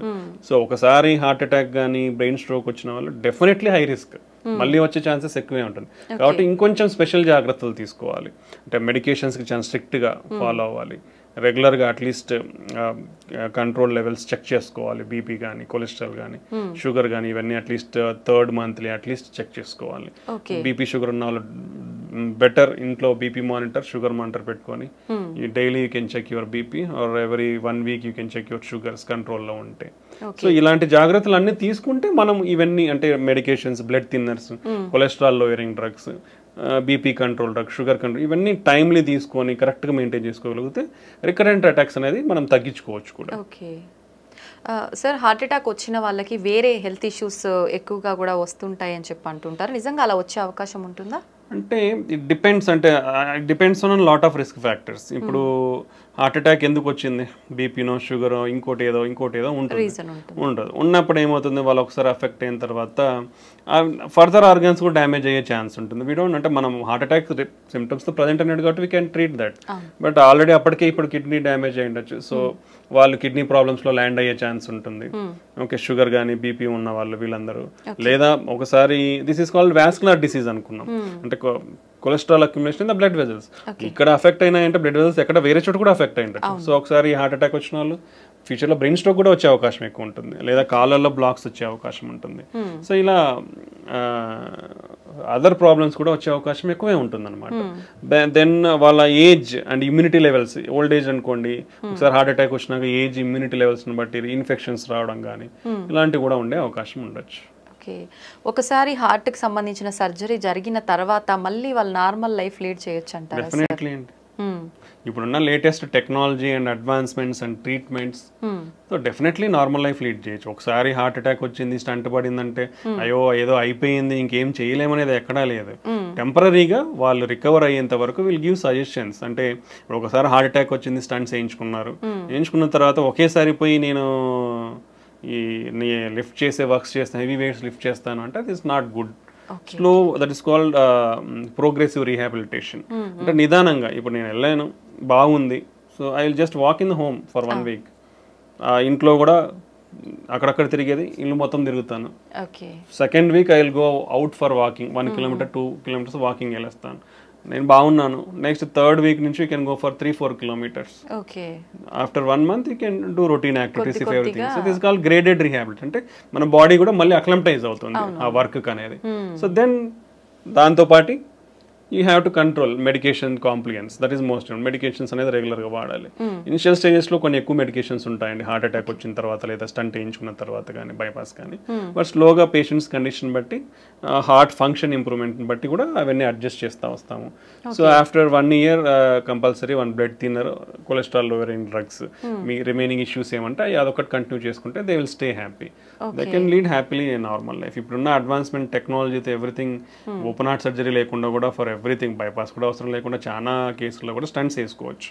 It depends on the patient condition బట్టి బైపాస్, స్టంటింగ్ అనేది కార్డియాలజిస్ట్ వాళ్ళకి బెటర్ ఆప్షన్ ఏది ఉంటే దాన్ని బట్టి మనం అడ్వైస్ చేస్తాము. But mostly we can reduce the need. Open heart surgery need అయితే ఈవెన్ కొరనరీ బ్లాక్స్కే కాదు, ఈవెన్ వాల్వ్ ఇంటర్వెన్షన్స్ అంటాం. అంటే మన గుండెలో 4 గదులు ఉంటాయి, గదుల మధ్యలో వాల్స్ ఉంటాయి, డోర్స్ లెక్క. అవి కూడా ఇంతకు ముందు only option is open heart surgery. Open heart surgery చేసి వాల్వ్ మార్చాల్సి వస్తుంది. But now A days call Tavy. Main aortic valve అనేది డిసీజ్ అవుతుంది ఏజ్ వచ్చిన వాళ్ళలో. సో వాళ్ళల్లో ఇప్పుడు ఓపెన్ హార్ట్ సర్జరీ లేకుండా more than 60-65 years ఉంటే మనం తొడలో నుంచి ట్యూబ్స్ పంపించి ఇంకో వాల్వ్, కొత్త వాల్వ్ పెట్టేసేయచ్చు. So lot of advancements in technologies. ఇప్పుడు అదే వాళ్ళు even rest of the valves కూడా ఇప్పుడు ఓపెన్ హార్ట్ సర్జరీ లేకుండా వాల్ ఇంప్లాంటేషన్స్ జరుగుతున్నాయి. ఈ టెక్నాలజికల్ అడ్వాన్స్మెంట్స్ వల్ల ఏంటంటే మనకి ఇప్పుడు ఓపెన్ హార్ట్ సర్జరీ అంటే లాట్ ఆఫ్ థింగ్స్. పేషెంట్ ఒక 1 week ఉండాల్సి ఉంటుంది, హార్ట్ ఓపెన్ చేసి వూండ్ హీల్ కానీ 3 months పడుతుంది. So that is call lot of mental agony also for the patient. ఏదో చాలా పెద్ద జరిగిపోయింది, నేను రికవర్ అవ్వలేనేమో అనేది మెంటల్ అగనీ కూడా ఉంటుంది ఓపెన్ హార్ట్ చేసిన తర్వాత. ఇప్పుడు ఇవన్నీ రీసెంట్ అడ్వాన్స్మెంట్స్ వచ్చిన తర్వాత అంత నీడ్ ఉండట్లేదు. So you can do everything like through small tube in your hand or leg. చిన్న ట్యూబ్ ద్వారానే అన్నీ అయిపోతున్నాయి ఇప్పుడు. సో ఈ టెక్నాలజికల్ అడ్వాన్స్మెంట్స్ వల్ల you can get a better treatment and you can mobilise easily. Hospital stay 2-3 days కంటే ఉండదు. After that ఒక 1 week to 1 month లోపల నార్మల్ రొటీన్ లైఫ్కి వచ్చేస్తారు. After that you can do all routine life, driving చేసుకోవచ్చు, అన్ని చేసుకోవచ్చు. రిస్క్ ఫ్యాక్టర్స్ ఏమైనా ఉంటాయా సార్ ఈ టైప్లో చేస్తున్నప్పుడు? చాలా లెస్ అండి, less than 1 to 2%, less than 1 to 2%. If you take stenting, coronary stenting or interventional procedures తీసుకుంటే అరౌండ్ 2 to 5% రిస్క్. ఓపెన్ హార్ట్కి తీసుకుంటే అరౌండ్ 5 to 10% రిస్క్ ఉంటుంది. So compare to open heart ఈ అడ్వాన్స్డ్ టెక్నిక్స్ అన్ని కూడా లెస్ రిస్కే ఉన్నాయి. అంటే యూజువల్గా ఇవన్నీ మోర్ హై సర్జికల్ రిస్క్ ఉన్న వాళ్ళకి ఆఫర్ చేస్తాం ట్రీట్మెంట్స్. సో కాబట్టి హై సర్జికల్ రిస్క్ అన్నాక ఇంకా only better option is having going through that. ఒకసారి సర్జరీకి హై రిస్క్ ఉన్నప్పుడు ఈ ప్రొసీజర్ చేసినప్పుడు కూడా మినిమల్ రిస్క్ అనేది ఉంటుంది, కానీ మేజర్ రిస్క్ అనేది. So we'll take all precautions to reduce the risk and give the best treatments to the patient. జనరల్గా ఓపెన్ హార్ట్ సర్జరీ ఎటువంటి సందర్భాల్లో పేషెంట్ ఎటువంటి కండిషన్లో ఉన్నప్పుడు అవసరం పడుతుంది సార్? యూజువల్గా మల్టిపుల్ బ్లాక్స్లో, అంటే లైక్ ఈవెన్ మల్టిపుల్ బ్లాక్స్ కూడా స్టంటింగ్ ఆప్షన్ ఉంది, but there is different disease profile. ఇప్పుడు పైన నుంచి మొత్తం కింద వరకు డిసీజ్ ఉండి ఓన్లీ కింద మాత్రమే నార్మల్ ఉండి అట్లాంటిది 2-3 వెజల్స్లో ఉన్నాయి, లేదా ఒక బ్లాక్ మూసుకుపోయి కొన్ని సంవత్సరాలు అయిపోయింది, అట్లాంటివి 2 ఉన్నాయి. సిటీఓస్ అంటాం, క్రానిక్ టోటల్ అక్లూషన్స్, అలాంటి 2 ఉన్నాయి. సో అలాంటప్పుడు యూజువల్గా, లేదా షుగర్ ఉండి మల్టిపుల్ బ్లాక్స్ ఉన్నాయి, సో అలాంటి వాళ్ళకి బైపాస్ చేస్తాం. Nowadays you can safely keep around 5 to 6 stents. యూజువల్గా చాలా మందికి ఒక అపోహ ఏంటంటే 2 కంటే ఎక్కువ పెట్టుకోవద్దని ఉంటుంది, బట్ ఇట్స్ రాంగ్. ఎక్కడ కూడా అలాంటి లిమిటేషన్స్ లేవు. There are lot of case reports, కొన్ని 10లో పైన స్టంట్లు వేసిన సినారియోస్ కూడా ఉన్నాయి బికాస్ ఆఫ్ టెక్నాలజీ అడ్వాన్స్. పాతకాలం స్టంట్ వేయించుకుంటారు, టెక్నాలజీ అడ్వాన్స్ మూసుకుపోయి ఉంటుంది, మళ్ళీ వేస్తారు. సో స్టంటింగ్ అనేది up to 5 to 6 number of stents హ్యాపీగా సేఫ్గా చేయించుకోవచ్చు. ఓకే, బైపాస్ అనేది స్పెసిఫిక్ సినారియోస్, పేషెంట్ కండిషన్ బట్టి. ఇండియాలో ఏంటంటే మనకు కొంచెం economics are most important, so ఆ కండిషన్ బట్టి పేషెంట్కి అడ్వైజ్ అనేది ఇస్తూ ఉంటాం అనమాట. So lot of complex cases nowadays can be safely done without the need of open heart surgery. Okay sir, ఒకసారి స్టంట్ వేసిన తర్వాత చాలా అంటే మూసుకుపోవడానికి మళ్ళీ ఎంత టైం పడుతుంది? ఖచ్చితంగా మూసుకుపోయే ఛాన్స్ ఉంటుందంటారా? This is a very good question. Lot of people are having this doubt. And recently we also faced this scenario. First point గుర్తు పెట్టుకోవాల్సింది ఏంటంటే, చాలా మందికి ఒక అపోహ ఏంటంటే గ్రాఫ్ట్స్ అంటే ఓపెన్ హార్ట్ సర్జరీ చేసి బైపాస్ చేయించుకుంటే బాగుంటుంది, స్టంట్స్ వేస్తే మూసుకుపోతాయి అనేది అపోహలో ఉన్నారు. అది ఇట్స్ వెరీ కంప్లీట్లీ రాంగ్ అండి. యాజ్ సేమ్ గ్రాఫ్ట్స్ ఎంత పేటెంట్గా 10, 15, 20 సంవత్సరాలు ఉంటాయి, స్టంట్స్ కూడా అలానే ఉంటాయి. ఓకే, గ్రాఫ్ట్స్ కొన్ని అర్లీగా ఫెయిల్ అవుతాయి, like 50% of the Venus graft, అంటే దాంట్లో డిఫరెంట్ ఉంటాయి, ఆర్టీరియల్ అండ్ వీనస్ గ్రాఫ్ట్స్ ఉంటాయి. ఆర్టీరియల్ గ్రాఫ్ట్ లాంగ్ పేటెన్సీ ఉంటుంది, that is the best thing. Arterial grafts కంప్లీట్గా బైపాస్ లో ఆర్టీరియల్ గ్రాఫ్ట్స్ వాడితే it's very good, life span is very good, 15 to 20 years సేఫ్గా ఉంటుంది. వీనస్ గ్రాఫ్ట్స్ ఆల్మోస్ట్ ఇప్పుడు ఒక పేషెంట్కి 3-4 గ్రాఫ్ట్లు వేస్తారు. సో వీనస్ గ్రాఫ్ట్స్ ఏంటంటే 50% ఆఫ్ ద పీపుల్స్లో అట్లీస్ట్ ఒక వీనస్ గ్రాఫ్ట్ అయినా వితిన్ 1 year క్లోజ్ అవుతుంది. That is the data what is showing. 40 to 50% of the పేషెంట్స్లో అట్లీస్ట్ 4 వీనస్ గ్రాఫ్ట్లు వేస్తే ఒకటైతే మూసుకుపోతుంది.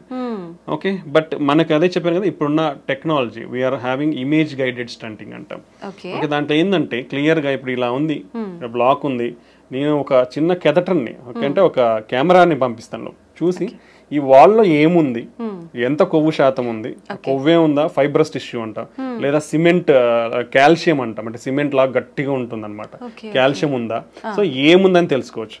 ఎంత దూరం ఉంది ఆ డిసీజ్, ఈ వెజల్ సైజ్ ఎంత, సో ప్రతి డీటెయిల్ వస్తుంది మనకి. ఈ డీటెయిల్స్ వచ్చినప్పుడు ఏమవుతుందంటే, ఈ కాల్షియం ఉన్నప్పుడు స్టంట్ పెడితే ఏమవుతుంది, సరిగ్గా ఎక్స్పాండ్ కాదు. So we need to use additional techniques to break that calcium.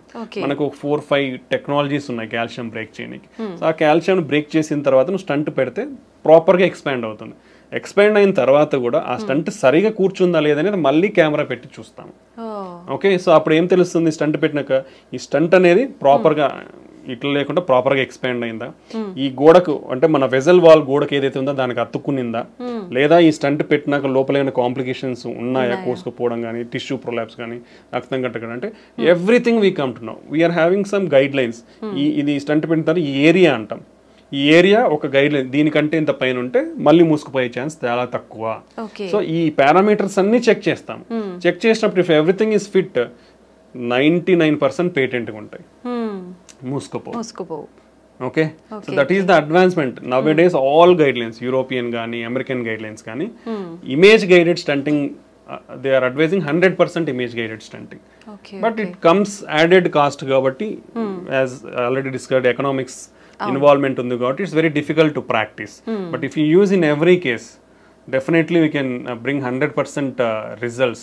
Long term results are 100%. Malli మూసుకుపోయే chance ఉండదు. And quality of the stunts, so better quality of the stunts, whatever you do the standard quality stunts, the chances of occlusion are very less. మూసుకుపోవడం అనేది చాలా తక్కువ ఉంటుంది. Grafts అయితే ఎలా ఇన్ని సంవత్సరాలు వస్తాయి, స్టంట్లు కూడా అన్ని సంవత్సరాలు వస్తాయి.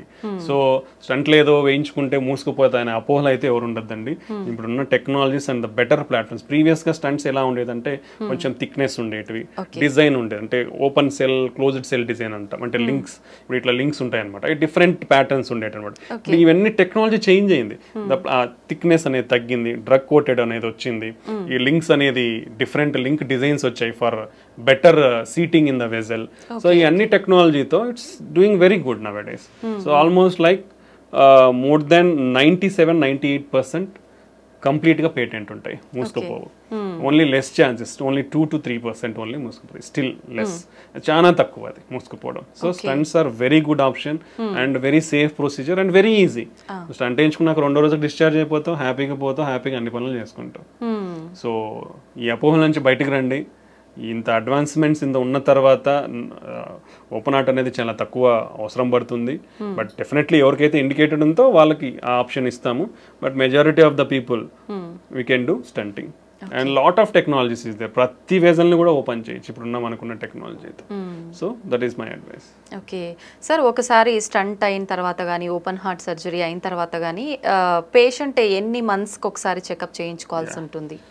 Usually in early stages, initially we'll always ask for early reviews. ఎందుకంటే we have to carefully follow them. ఎందుకంటే ఒకసారి హార్ట్ అటాక్ ఎఫెక్ట్ అయిన తర్వాత మళ్ళీ ఎఫెక్ట్ అయ్యే ఛాన్సెస్ ఎక్కువ ఉంటాయి కాబట్టి, అండ్ వాళ్ళకున్న రిస్క్ ఫ్యాక్టర్స్ అనేది మనం కేర్ఫుల్గా కంట్రోల్ చేయాలి, పర్టికులర్లీ డయాబెటీస్ ఉన్న వాళ్ళు.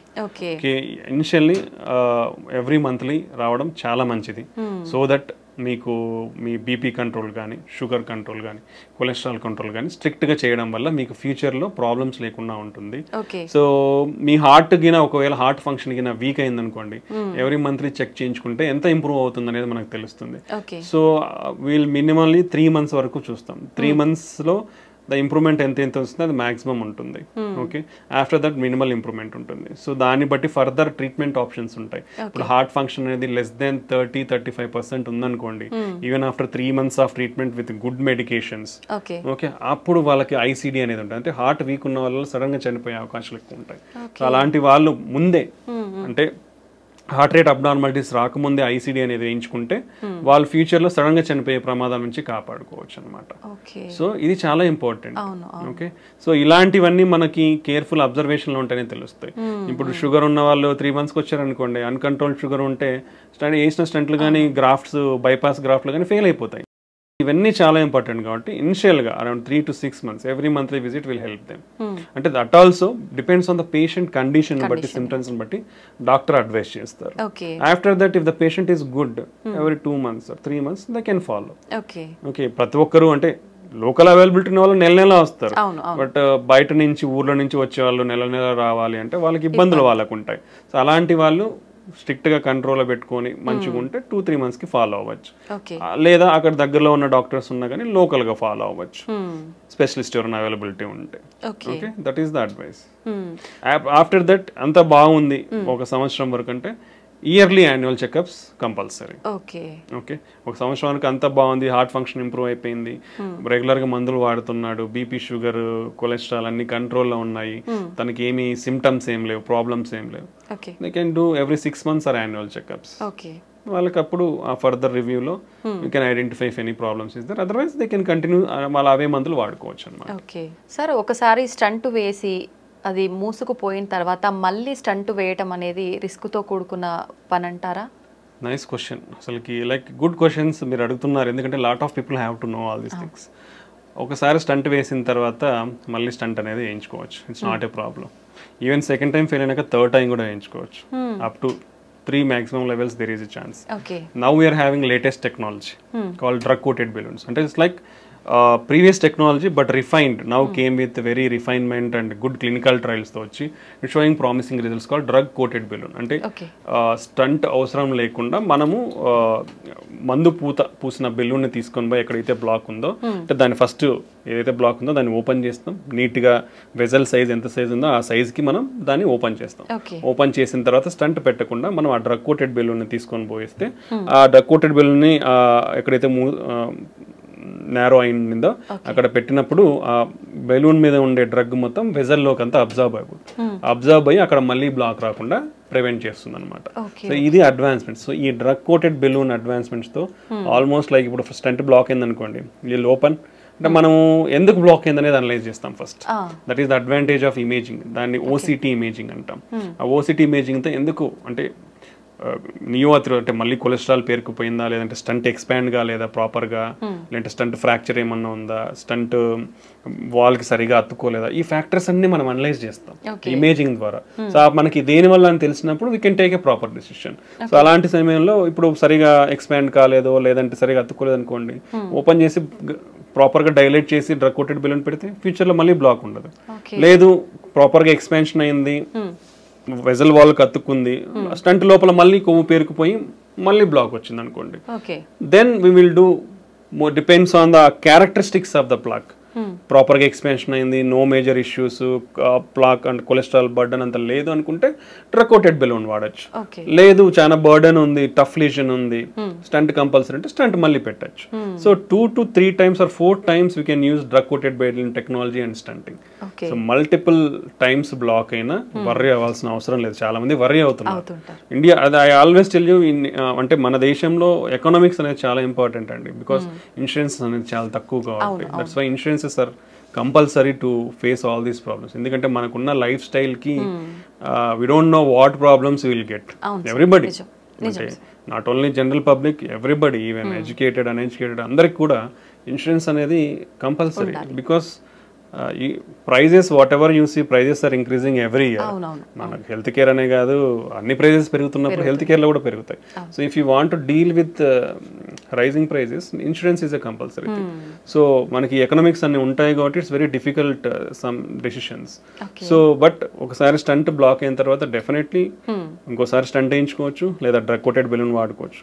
స్టంట్ బ్లాక్ అయిన తర్వాత డ్రగ్ కోటెడ్ బెలూన్ వాడిన తర్వాత కూడా మళ్ళీ బ్లాక్ వచ్చిందా, ఫైన్. సెకండ్ అంటే third time, first stent, second drug coated, third time you can go stenting. For suppose అంటే ఎన్నిసార్లు బ్లాక్ అంటే ఇంతకు ముందు కాలంలో ఉన్న టెక్నాలజీ వేరు కాబట్టి పాతకి వేసినట్టు మేబీ బ్లాక్ అయితే ఉండొచ్చు. బట్ ఇప్పుడు ఉన్న ప్రజెంట్ లేటెస్ట్ జనరేషన్ టెక్నాలజీతో బ్లాక్స్ మళ్ళీ అయ్యే ఛాన్సెస్ తక్కువ ఉంటాయి. ఓకే, సో అలా ఒకవేళ అయినా మళ్ళీ ఇంకోసారి డ్రగ్ కోటెడ్ బెలూన్ వాడుకోవచ్చు. So you're having multiple options to open that vessel అనమాట. So these are the advantages whatever we are having nowadays.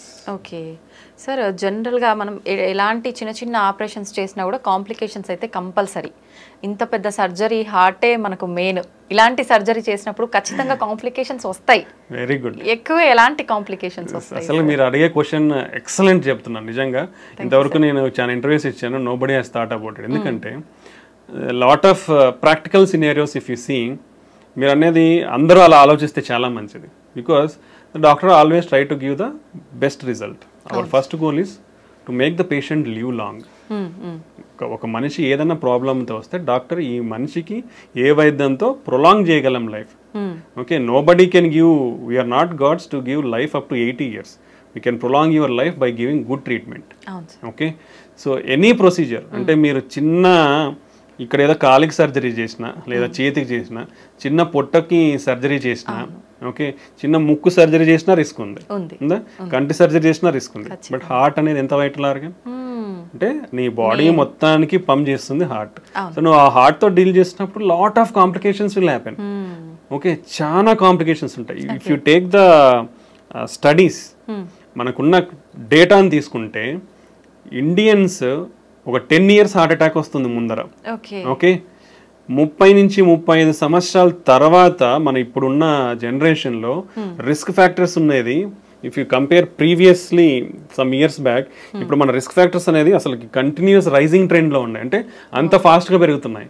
You know hour ageing population, ఇంతకుముందు యూఎస్లో 75 years ఏజ్ డబుల్ కానీ 65 పట్టింది. అంటే ఆ పాపులేషన్ ఏజ్డ్ పాపులేషన్ డబుల్ గానికి 65 years పట్టింది. ఇండియాలో ఎవ్రీ 25 yearsకి డబుల్ అవుతుంది. Every 25 yearsకి 50 years more than aged population is doubling in India. Lot of and ఎవరైతే హార్ట్ అటాక్ తో ప్రజెంట్ అవుతున్నారో compare to western countries or European countries, ఇక్కడ డబల్ కాంప్లికేషన్స్ ఉంటున్నాయి. అంటే మన జెనెటిక్ ప్రొఫైల్, మన రిస్క్ ప్రొఫైల్ అనేది చాలా ఎక్కువ ఉంది ఇక్కడ. సో కాంప్లికేషన్స్ అనే రేట్స్ కూడా ఎక్కువ ఉన్నాయి. So compared to others, we are having higher complication rates. These are because of our lifestyle and our genetic factors and demographic factors. So heart is a very vital organ. So endukante everything will happen in seconds andi ikkada. So we take that much precaution to do any procedure, either in stunting kani ante lot of procedures. Any if we count, I will take some 30 40 50 procedures and I will name it. అంటే not only stunting ఒకటే కాదు, కార్డియాలజీలో ఉండేది heart holes ఉంటాయి. Heart holes ని close చేస్తాం, దాంట్లో different రకాల heart holes ఉంటాయి. లేదా ఈ వాల్స్ అనేది నేరో అయిపోతాయి, నేరో అయినప్పుడు బెలూన్ తీసుకుని పోయి ఓపెన్ చేస్తాం. ఓకే, ఇవి ఉంటాయి. పేస్ మేకర్స్ ఉంటాయి, ఐసిడిస్ ఉంటాయి. ఓకే, ఇలాంటి చాలా ప్రొసీజర్స్ ఉన్నాయి కార్డియాలజీలో. So without the need of open heart surgery we're doing all these things. So ఇలాంటి అయ్యే టైంలో రిస్క్ అనేది డెఫినెట్లీ ఉంటుందండి. బట్ లాట్ ఆఫ్ ప్రికాషన్స్ తీసుకుని, అంటే ఇప్పుడు బీపీ పడిపోతుందంటే బీపీ కోసం ఒక బెలూన్, ఐఏబీపీ బెలూన్ అనేది ఇండియాలో రీజనబుల్ కాస్ట్ కి దొరుకుతుంది. ఇంపెల్లా అని ఉంటుంది కానీ it's very costly. It's like lot of people it is unreachable నౌడేస్ till now, even ఇప్పుడు కూడా. సో ఐఏబీపీ బెలూన్స్ రెడీగా పెట్టుకుంటాం. హార్ట్ రేట్ పడిపోయే ఛాన్స్ ఉండొచ్చు. హార్ట్ రేట్ పడిపోనికి పేస్ మేకర్ అనేది రెడీగా ఉంటుంది. ఒకవేళ డెఫినెట్లీ అవుతుందని తెలిసినప్పుడు ముందే పేస్ మేకర్ పెడతాం. లేదా బీపీ పడిపోతుందంటే ముందే బీపీ బెలూన్ సపోర్ట్ కోసం పెట్టుకుంటాం. బీపీ కోసం ఇంజెక్షన్స్ రెడీగా పెట్టేసుకుంటాం. Okay, kidney failure, kidney creatinine levels అబ్నార్మల్గా ఉన్నాయంటే దానికి స్పెసిఫిక్ కాంట్రాస్ట్ ఉంటాయి, విజీ ప్యాక్ అంటాం. సో అవి స్పెసిఫిక్ అంటే కిడ్నీ డ్యామేజ్ కాకుండా ప్రికాషనరీ మెజర్స్ తీసుకొని స్టార్ట్ చేస్తాము. ఓకే, దెన్ హార్ట్ రేట్ సడన్గా పెరిగే ఛాన్స్ ఉండొచ్చు. సడన్గా పెరిగే ఛాన్స్ ఉంటే సడన్గా అది షాక్ ఇస్తే కంట్రోల్ చేయడానికి డిఫిబ్రిలేటర్ రెడీ ఉంటుంది. ఓకే, దెన్ పేషెంట్కి సడన్గా ఆయాసం రావచ్చు. ఆయాసం వస్తే ట్యూబ్ వేసుకోనికి వెంటిలేటర్, మిషన్, అనస్థీషియా రెడీగా ఉంటారు. ఓకే, దెన్ బీపీ సడన్ గా పెరిగే ఛాన్స్ ఉంటుంది. బీపీ తగ్గించడానికి సడన్ గా మెడికేషన్స్ రెడీగా ఉంటాయి. How many precautions we are taking. మా క్యాత్ ల్యాబ్స్ అంటే ఈ ప్రొసీజర్స్ చేసేటప్పుడు we are having minimum of 7 to 8 persons there. For doing a procedure, we are a team of 7 to 8 members. Not a single person we are doing. Because to bring the patient back to normal, we keep all efforts whatever it is there. So ఇట్లాంటి risks అనేది ఉంటాయండి. ఈ risks అన్ని కూడా less than 1% 2% లో చేస్తున్నాం మేము. Okay, hardly less than 1%. Okay, so 100లో ఒకరికి. It's very rare. అంత మినిమైజింగ్ కాంప్లికేషన్స్ తో we're doing with good success rates. So ఇవన్నీ ఉంటాయండి, అందరూ తెలుసుకోవాలి ఇది. ఎందుకంటే హార్ట్ అనేది చాలా వైటల్ ఆర్గాన్. ఎందుకంటే ఇప్పుడు కొట్టుకుంటుందండి, సడన్ గా అయిపోతే అయిపోయినట్టు. Okay, it can happen any time. Surgery అప్పుడే కాదు, ఇంట్లో ఉన్నప్పుడే. ఇప్పుడు హార్ట్ అటాక్స్ లో 50% హాస్పిటల్ రాకముందే చనిపోతున్నారు. ఆల్రెడీ నీ హార్ట్ డ్యామేజ్ అయిపోయి మనం లేట్ గా ప్రజెంట్ అయిపోయి హాస్పిటల్కి ఇలా ప్రజెంట్ అయినప్పుడు రిస్క్ ఎక్కువ ఉంటుంది. If it's see the data, మనం మళ్ళీ if you come to the whatever data is available till now, heart attack లో బీపీ పడిపోయింది అనుకోండి, high risk of death. 40 to 50% of the cases will go to die. ఎక్కువ chances ఉంటాయి. 40 to 50% recover అవుతారు with simple medications or just going stenting. But rest of the 40-50% in heart attack with cardiogenic shock అంటాం, అంటే BP పడిపోయినప్పుడు.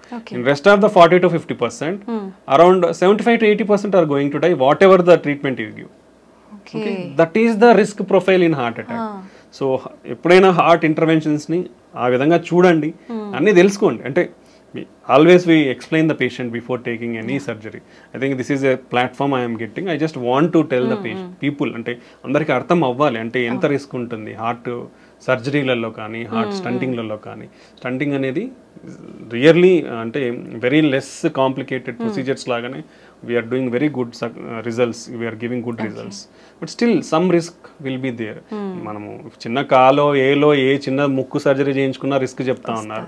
హార్ట్కి ఉన్నప్పుడు definitely risk అనేది ఉంటుంది. బట్ ఈవెన్ దెన్ అవన్నీ ప్రికాషనరీ మెజర్స్ తీసుకొని we always do very safely and wheel always bring the patient a good life. ఇది కంపల్సరీ. అందరూ మీలాగా ఆలోచిస్తే definitely doctors will be always be happy. Sir 7 to 8 persons ఖచ్చితంగా అక్కడ ఉండి పేషెంట్ని క్యూర్ చేయడానికే వాళ్ళ ప్రయత్నం అంతా చేస్తుంటారు. అసలు నార్మల్గా హార్ట్ సర్జరీ చేసేటప్పుడు స్టంట్స్ ఇలాంటి హార్ట్కి సంబంధించినవి ఏదైనా చేసేటప్పుడు జనరల్గా ఎంత సమయం పడుతుంది సార్? అంటే డిపెండ్స్ ఆన్ ద లిజన్ అండి. నేను ఆల్రెడీ మీకు ఇప్పుడు చెప్పాను. So lesions are different. Fibrous plaque అంటాం, ఫ్యాటీ ప్లాక్ అంటాం, క్యాల్సిఫిక్ ప్లాక్ అంటాం. ఇప్పుడు like and number of the blocks, single block ఉందా, ఇప్పుడు లెఫ్ట్ సైడ్ లో 2 మేజర్ వెజల్స్ ఉంటాయి, లెఫ్ట్ సైడ్ లోనే 2-3 బ్లాక్స్ ఉన్నాయా, రైట్ సైడ్ కూడా ఉందా?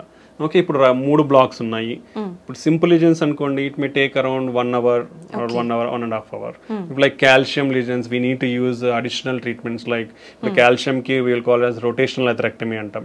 డ్రిల్ చేసుకుంటూ పోతుంది. ఇంకోటి ఆర్బిటాల్ atherectomy, అది కూడా ఇంకో మెకానిజం తో డ్రిల్ చేస్తుంది. ఇంకోటి ఇంట్రావాస్కులర్ లిథోట్రిప్సీ అంటాం. అంటే ఒక అల్ట్రాసోనిక్ వేవ్స్ తో ఒక బెలూన్ ని తీసుకొని పోయి దాన్ని కాల్షియం ఏదైతే స్ట్రాంగ్ సిమెంట్ లాగా ఉంటుందో దాన్ని బ్రేక్ చేస్తాం అన్నమాట.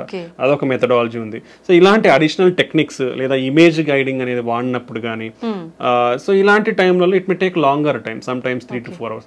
Like if you see like bifurcation, ఇప్పుడు ఒక వెజల్ ఇట్లా వస్తుంది, ఇక్కడ నుంచి ఇంకో బ్రాంచ్ ఇట్లా వస్తుంది. సో ఇక్కడ బ్లాక్ ఉంది, ఇక్కడ బ్లాక్ ఉంది. ఈ రెండింటిని స్టంట్ వేయాలి. తీసుకోవాలి బైఫర్కేషన్ స్టంటింగ్ అంటాం.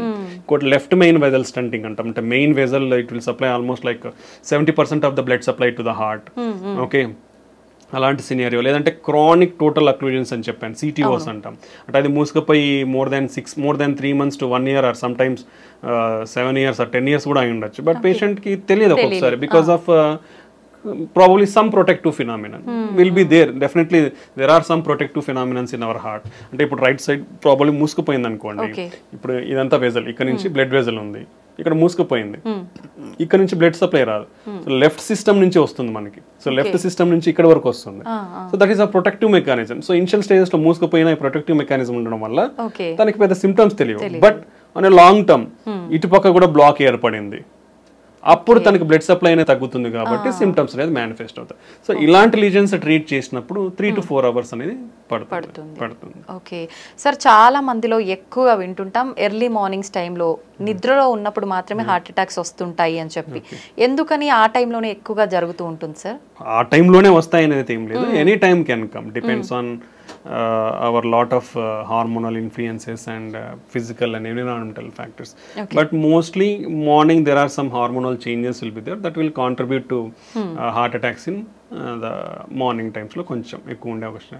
సమ్ టైమ్స్ వింటర్ సీజన్స్ లో ఇట్ విల్ కాజ్ వ్యాసోస్. ఇప్పుడు చలిగా ఉందనుకోండి, వెజల్స్ కాజ్ వ్యాసోస్పాజం. సో అలాంటప్పుడు కొంచెం ఎక్కువ వచ్చే అవకాశం ఉంటుంది. ఫుడ్ తిన్న తర్వాత మనం ఎక్కువ వాక్ చేసిన అలాంటి టైంలో ఎగ్జర్షన్ ఉంటుంది కాబట్టి, అంటే our blood supply will be there mostly to the gut to observe the nutrients. అలాంటి టైంలో ఫుడ్ తిన్న తర్వాత వాకింగ్ చేసి ఎక్సర్సైజ్ లాగా చేసినప్పుడు చేస్తే వచ్చే అవకాశం, అంటే ఆల్రెడీ ఉన్న వాళ్ళలో బ్లాక్స్ ఉన్న వాళ్ళలో వచ్చే అవకాశం ఉంటుంది అనమాట. ఓకే సార్, ఈ మధ్య కాలంలో వింటున్నాం, చాలా మంది చూస్తున్నాం కూడా సోషల్ మీడియాలో, మనం జిమ్ చేసే వాళ్ళు ఎక్కువగా సడన్ గా పడిపోవడము, అక్కడే స్పాట్ లో డెత్ అవ్వడము, ఇలాంటి సంఘటనలు చాలా వింటున్నాం. ఇది హార్ట్ అటాక్ అంటారా సార్? అసలు ఎందుకు జరుగుతుంది? డిఫరెంట్ సినారియోస్ ఉంటాయండి దీంట్లో కూడా.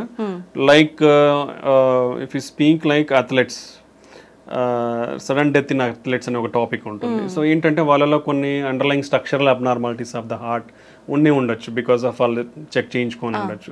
కొందరిలో జెనెటిక్ ఛానలోపతిస్ అంటే అరిథమిక్ హార్ట్ రేట్ అబ్నార్మాలిటీస్ ఉండే ఛాన్స్ ఉండొచ్చు. సో ఇలాంటి కారణాల కూడా జరుగుతాయి. But work heavy intense exercise చేసినప్పుడు ఏమవుతుందంటే మన హార్ట్ అనేది చాలా అగ్రెసివ్గా వర్క్ చేయాల్సి ఉంటుంది బికాస్ ఆఫ్ రిక్వైర్మెంట్. బాడీకి బ్లడ్ అందాలి కాబట్టి. సో అప్పుడు ఏమవుతుంది, సప్లై డిమాండ్ మిస్ మ్యాచ్ అవుతుంది. Okay, supply demand miss. ఇప్పుడు చిన్న ప్రాబబ్లీ వాళ్ళకి ఆల్రెడీ అన్డిటెక్టెడ్, ఇప్పుడు అండర్ డయాగ్నోస్ బ్లాక్స్ ఉన్నాయి అనుకోండి, అప్పుడు ఏమవుతుంది, సప్లై డిమాండ్ మిస్ మ్యాచ్ అయ్యి హార్ట్ ఫంక్షన్ అనేది తగ్గే ఛాన్స్ ఉంటుంది బ్లడ్ సప్లై తగ్గడం వల్ల. అది ఒక మెకానిజం. సో క్రానిక్ గా ఎక్సర్సైజ్ చేసే వాళ్ళకి ఏంటంటే మజిల్ థిక్నెస్ అనేది కొంచెం ఎక్కువ ఉంటుంది అనమాట, హైపర్ట్రోఫీ ఉంటుంది. అలాంటప్పుడు ఏంటి, ఆ థిక్ అండ్ మజిల్ కంప్రెషన్ ఎక్కువ ఉండి వ్యాసోస్పాజం అంటే బ్లడ్ వెజల్స్ కూడా కంప్రెస్ అయ్యే ఛాన్స్ ఉండొచ్చు. అండ్ వర్క్ లోడ్ ఎక్కువ ఉంటుంది కాబట్టి అక్కడ కూడా సప్లై డిమాండ్ మిస్ మ్యాచ్ ఉంటుంది. ఒకసారి ఎక్సర్సైజ్ చేసినప్పుడు ఏమవుతుందంటే స్పాంటేనియస్ కొరనరీ డిసెక్షన్స్ ఉంటాం, అలాంటి కోతలు కోసుకుపోయే అవకాశం ఉంటుంది. బీపీ, హార్ట్ రేట్ అన్ని ఎక్కువ అయిపోతాయి కదా. సో ఆ బీపీ, హార్ట్ రేట్ ఎక్కువైనప్పుడు అలా జరిగే అవకాశం ఉండొచ్చు. Sometimes arrhythmic syndromes, already ఇప్పుడు మనం ఎక్సర్సైజ్ చేసినప్పుడు హార్ట్ రేట్ పెరిగిపోతుంది, సమ్ టైమ్స్ అది ఇంకా ఎక్కువ పెరిగిపోవడం వల్ల సడన్ డెత్ అయ్యే ఛాన్స్ ఉండొచ్చు. డిహైడ్రేషన్ ఉంటుంది, డిహైడ్రేషన్ ఎలక్ట్రోలైట్ అబ్నార్మాలిటీస్ వల్ల జరిగే అవకాశం ఉండొచ్చు. సో వీళ్ళలో అన్డిటెక్టెడ్ ఏమన్నా కొరనరీ అనామలీస్ కానీ ఇట్లా ఏదన్నా ఉంటే అది కంప్రెషన్ అవ్వడం వలన ఈ విధంగా కూడా బ్లడ్ సప్లై తగ్గడం వల్ల సడన్ గా చనిపోయే అవకాశం ఉండొచ్చు అనమాట. So better evaluate yourself before doing intense workouts. మనం already we discussed heavy intense workouts are not much required. Minimum of 150 minutes per week, 75 minutes of high intense workouts per week is enough. So you can take gaps between doing intense workouts. You can limit yourself up to what level you can do. So precautionary anni teeskoni then under strict guidance there should be some person meer ila chesetappudu oka strict person who knows how to manam resuscitation antam. Suppose in case edana jarigite at least they know how to do a CPR and until the medical facility arrives at you. So ee anni setup undi precautionary ga ఉన్న తర్వాతనే high intense workouts అనేది వెళ్ళడం మంచిది అనమాట. Okay sir, కరోనాకి effect అయిన వాళ్ళలో ఎక్కువగా గుండె జబ్బులు వస్తున్నాయని చెప్పి వింటున్నాం, ఇదంతా నిజమే అంటారా? దేర్ ఆర్ సమ్ మెకానిజమ్స్ అండి, అంటే దాని వల్లనే వస్తున్నాయి అని అయితే ఏమీ మనం చెప్పలేం, but there is a possibility is there.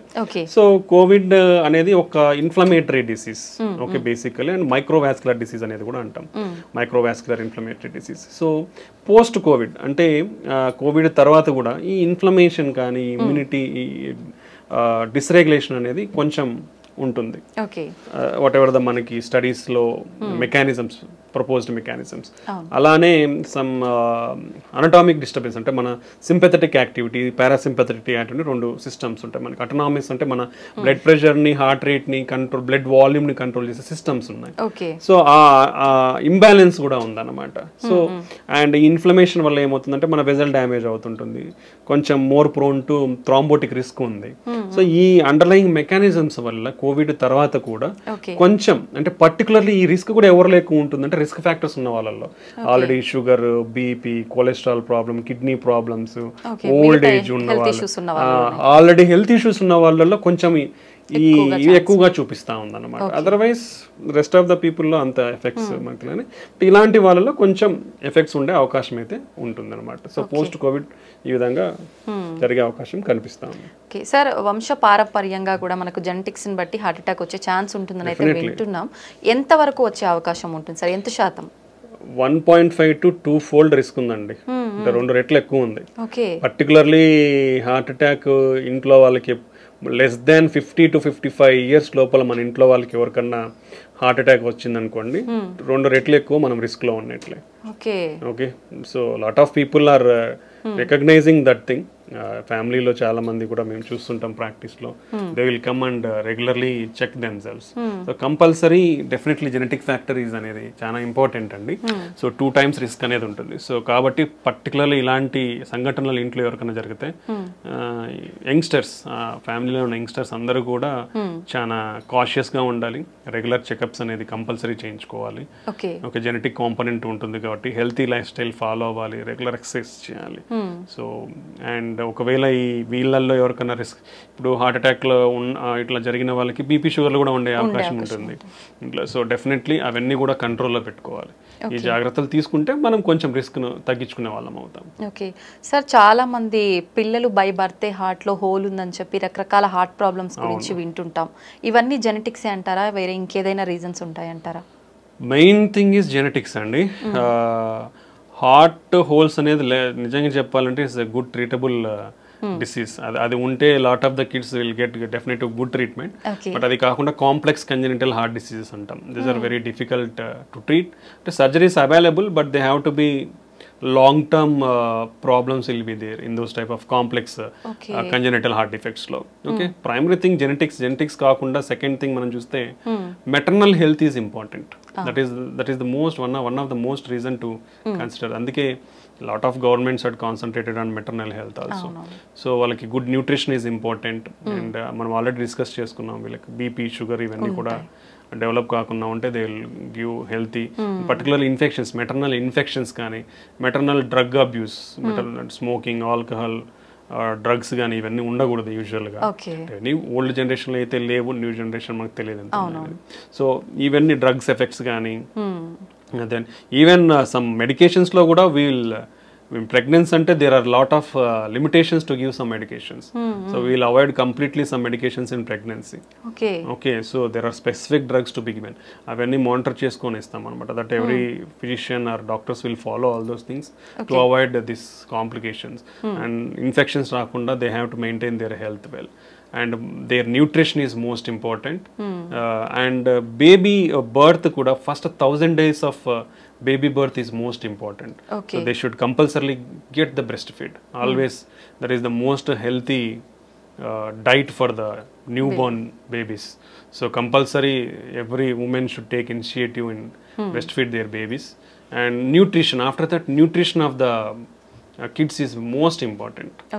Okay, so healthy nutrition undali vallaki. Then they should be also taken care from infections, because previously and even now still we are seeing rheumatic heart disease, infection related heart valve problems, acute rheumatic fever and rheumatic heart in children. And then even that infections will cause heart pump failure also, we'll call as myocarditis. So there are a lot of problems is there in children. So both maternal health and infant infant health is most important. జాగ్రత్తలు తీసుకుంటే కొంచెం genetic factors anyway మనం avoid చేయలేం కాబట్టి దీనివల్ల కొంచెం risk తగ్గించుకునే అవకాశం ఉండొచ్చు. ఓకే, మీరు ఇందాక కూడా చెప్పారు ఖచ్చితంగా మనము డైట్ ఎక్సర్సైజ్ అనేది ఇంపార్టెంట్. డైలీ రొటీన్ ఏ విధంగా ఉంటే ఇలాంటి ఇష్యూస్ రాకుండా కొంతవరకు కాపాడుకోవచ్చు అంటారు సార్? అంటే there is no specific thing for us. See ఒక్కొక్కరి dietary pattern if even okay different states ఒక స్టేట్ లో తీసుకుంటే district dietary pattern is completely different ఉంటుంది. So based on your local diet, lot of people our staple diet is rice. In rice itself you can go better for unpolished rice. Okay, and quantity, how much of quantity you are taking. మనము we're usually 3 meals అందరికి ఇది standard మనకి ఇక్కడ. ఆ 3 meals ని ఎలా తీసుకుంటామంటే మనం overload. So that's not good. So every 3 meals మధ్యలో keep 1 snack meal. Okay, small snack meal, so that you can reduce the amount here. So ఒకేసారి ఎక్కువ తీసుకునేది అనేది తగ్గుతుంది. So take limited food multiple times rather than taking heavy food at only 3 times. That is one of the important thing where we can concentrate and change our lifestyle. That will reduce. And our snacks kuda you can take raw vegetables or only fruits, or you can take nuts. So these healthy nuts. Don't go for processed foods. Don't go for like ready to eat, ready to made foods. Those are all unhealthy, and it's only for చెప్పాను కదా, easy availability is causing lot of problems. అంతే sir. Okay, so దీన్ని prevent చేసుకోవాలంటే ఈ measures తీసుకుంటే food లో మనం. And now previous కాలంలో మనం చాలా మంది చెప్పేది వింటాం, మిల్లెట్స్ ఎక్కువ తినేవాళ్ళు మన గ్రాండ్ పేరెంట్స్ కూడా. ఆఫ్టర్ దట్ రైస్ అనేది వచ్చింది. So better you can take parts of the millets and cereals and pulses into our food. చాలా తక్కువ తీసుకుంటాం అందరం. You should increase all these things. Beans కానీ kidney beans, or a lot of different types of beans is there. So we can increase all those diet in our food. So ala cheyadam valla we can take a more healthy food and restrict your non-vegetarian. ఇప్పుడు రోజు బిర్యానీలు తినే వాళ్ళు ఎంతమంది ఉన్నారు, వేలల్లో ఉంటారు. So that's not healthy. Okay, so you can reduce your non vegetarian. Previously only weekly once తినేవాళ్ళు. That's good really. Nowadays daily non veg లేనిదే ముద్ద కూడా దిగని వాళ్ళు చాలా మంది ఉంటారు. So that's not a good habit. we already discussed చేప అంటే ఫిష్ కానీ పౌల్ట్రీ కానీ 2 to 3 times. అంటే 2 to 3 times అంటే 3 days కాదండి, 2 to 3 servings. It is called 2 to 3 servings per week. Okay, అది important. That is important, not days. 2 to 3 servings per week is okay. Okay, ఈ changes in the diet తీసుకుంటే we'll stay healthy. And exercise definitely at least spare 30 minutes. You do simple walk or brisk walk, or spare 30 minutes for your health per day. Okay, at least 6 days a week. Sunday you can enjoy wherever. At least 6 days a week, spare 30 minutes a day. Just if you are not having any equipment or nothing, do normal walk or do small brisk walk. That will maintain you healthy. And if anybody is really interested, average people lifestyle ప్రకారం, ఇప్పుడు అందరు ఉన్న life style ప్రకారం ఎన్ని steps నడుస్తున్నారు చెప్పదా? 2000 to 3000 steps కంటే నడవట్లేదండి, ఇంకా తక్కువ నడుస్తున్నారు. That is unhealthy. Minimum to minimum maintain around 5,000 to 6,000 steps per day. If you are really have time, go for at least 10,000 steps per day. That will still have some more benefits. So ivanni kuda important. Exercise is definitely a part and parcel of our this thing. Along with that, you can practice meditation or yoga. Yoga is having a lot of good beneficial effects on the health and mind. So you can do yoga and meditation. So at least ante oka 1 hour, like 30 minutes some exercise, 15 minutes some yoga, 15 minutes some meditation. You'll get that peace of mind and you can reduce your stress levels. You can control అంటే మన risk ఫ్యాక్టర్స్ని control చేసుకోవచ్చు. ఇలా చాలా వాటికి ఉపయోగపడుతుంది అనమాట. Okay, నిజంగా చాలా మంచి వాల్యుబుల్ ఇన్ఫర్మేషన్ అయితే మా ప్రేక్షకుల కోసం ఇచ్చేస్తారు. Thank you very much. Thank you అండి, థ్యాంక్ యూ వెరీ మచ్.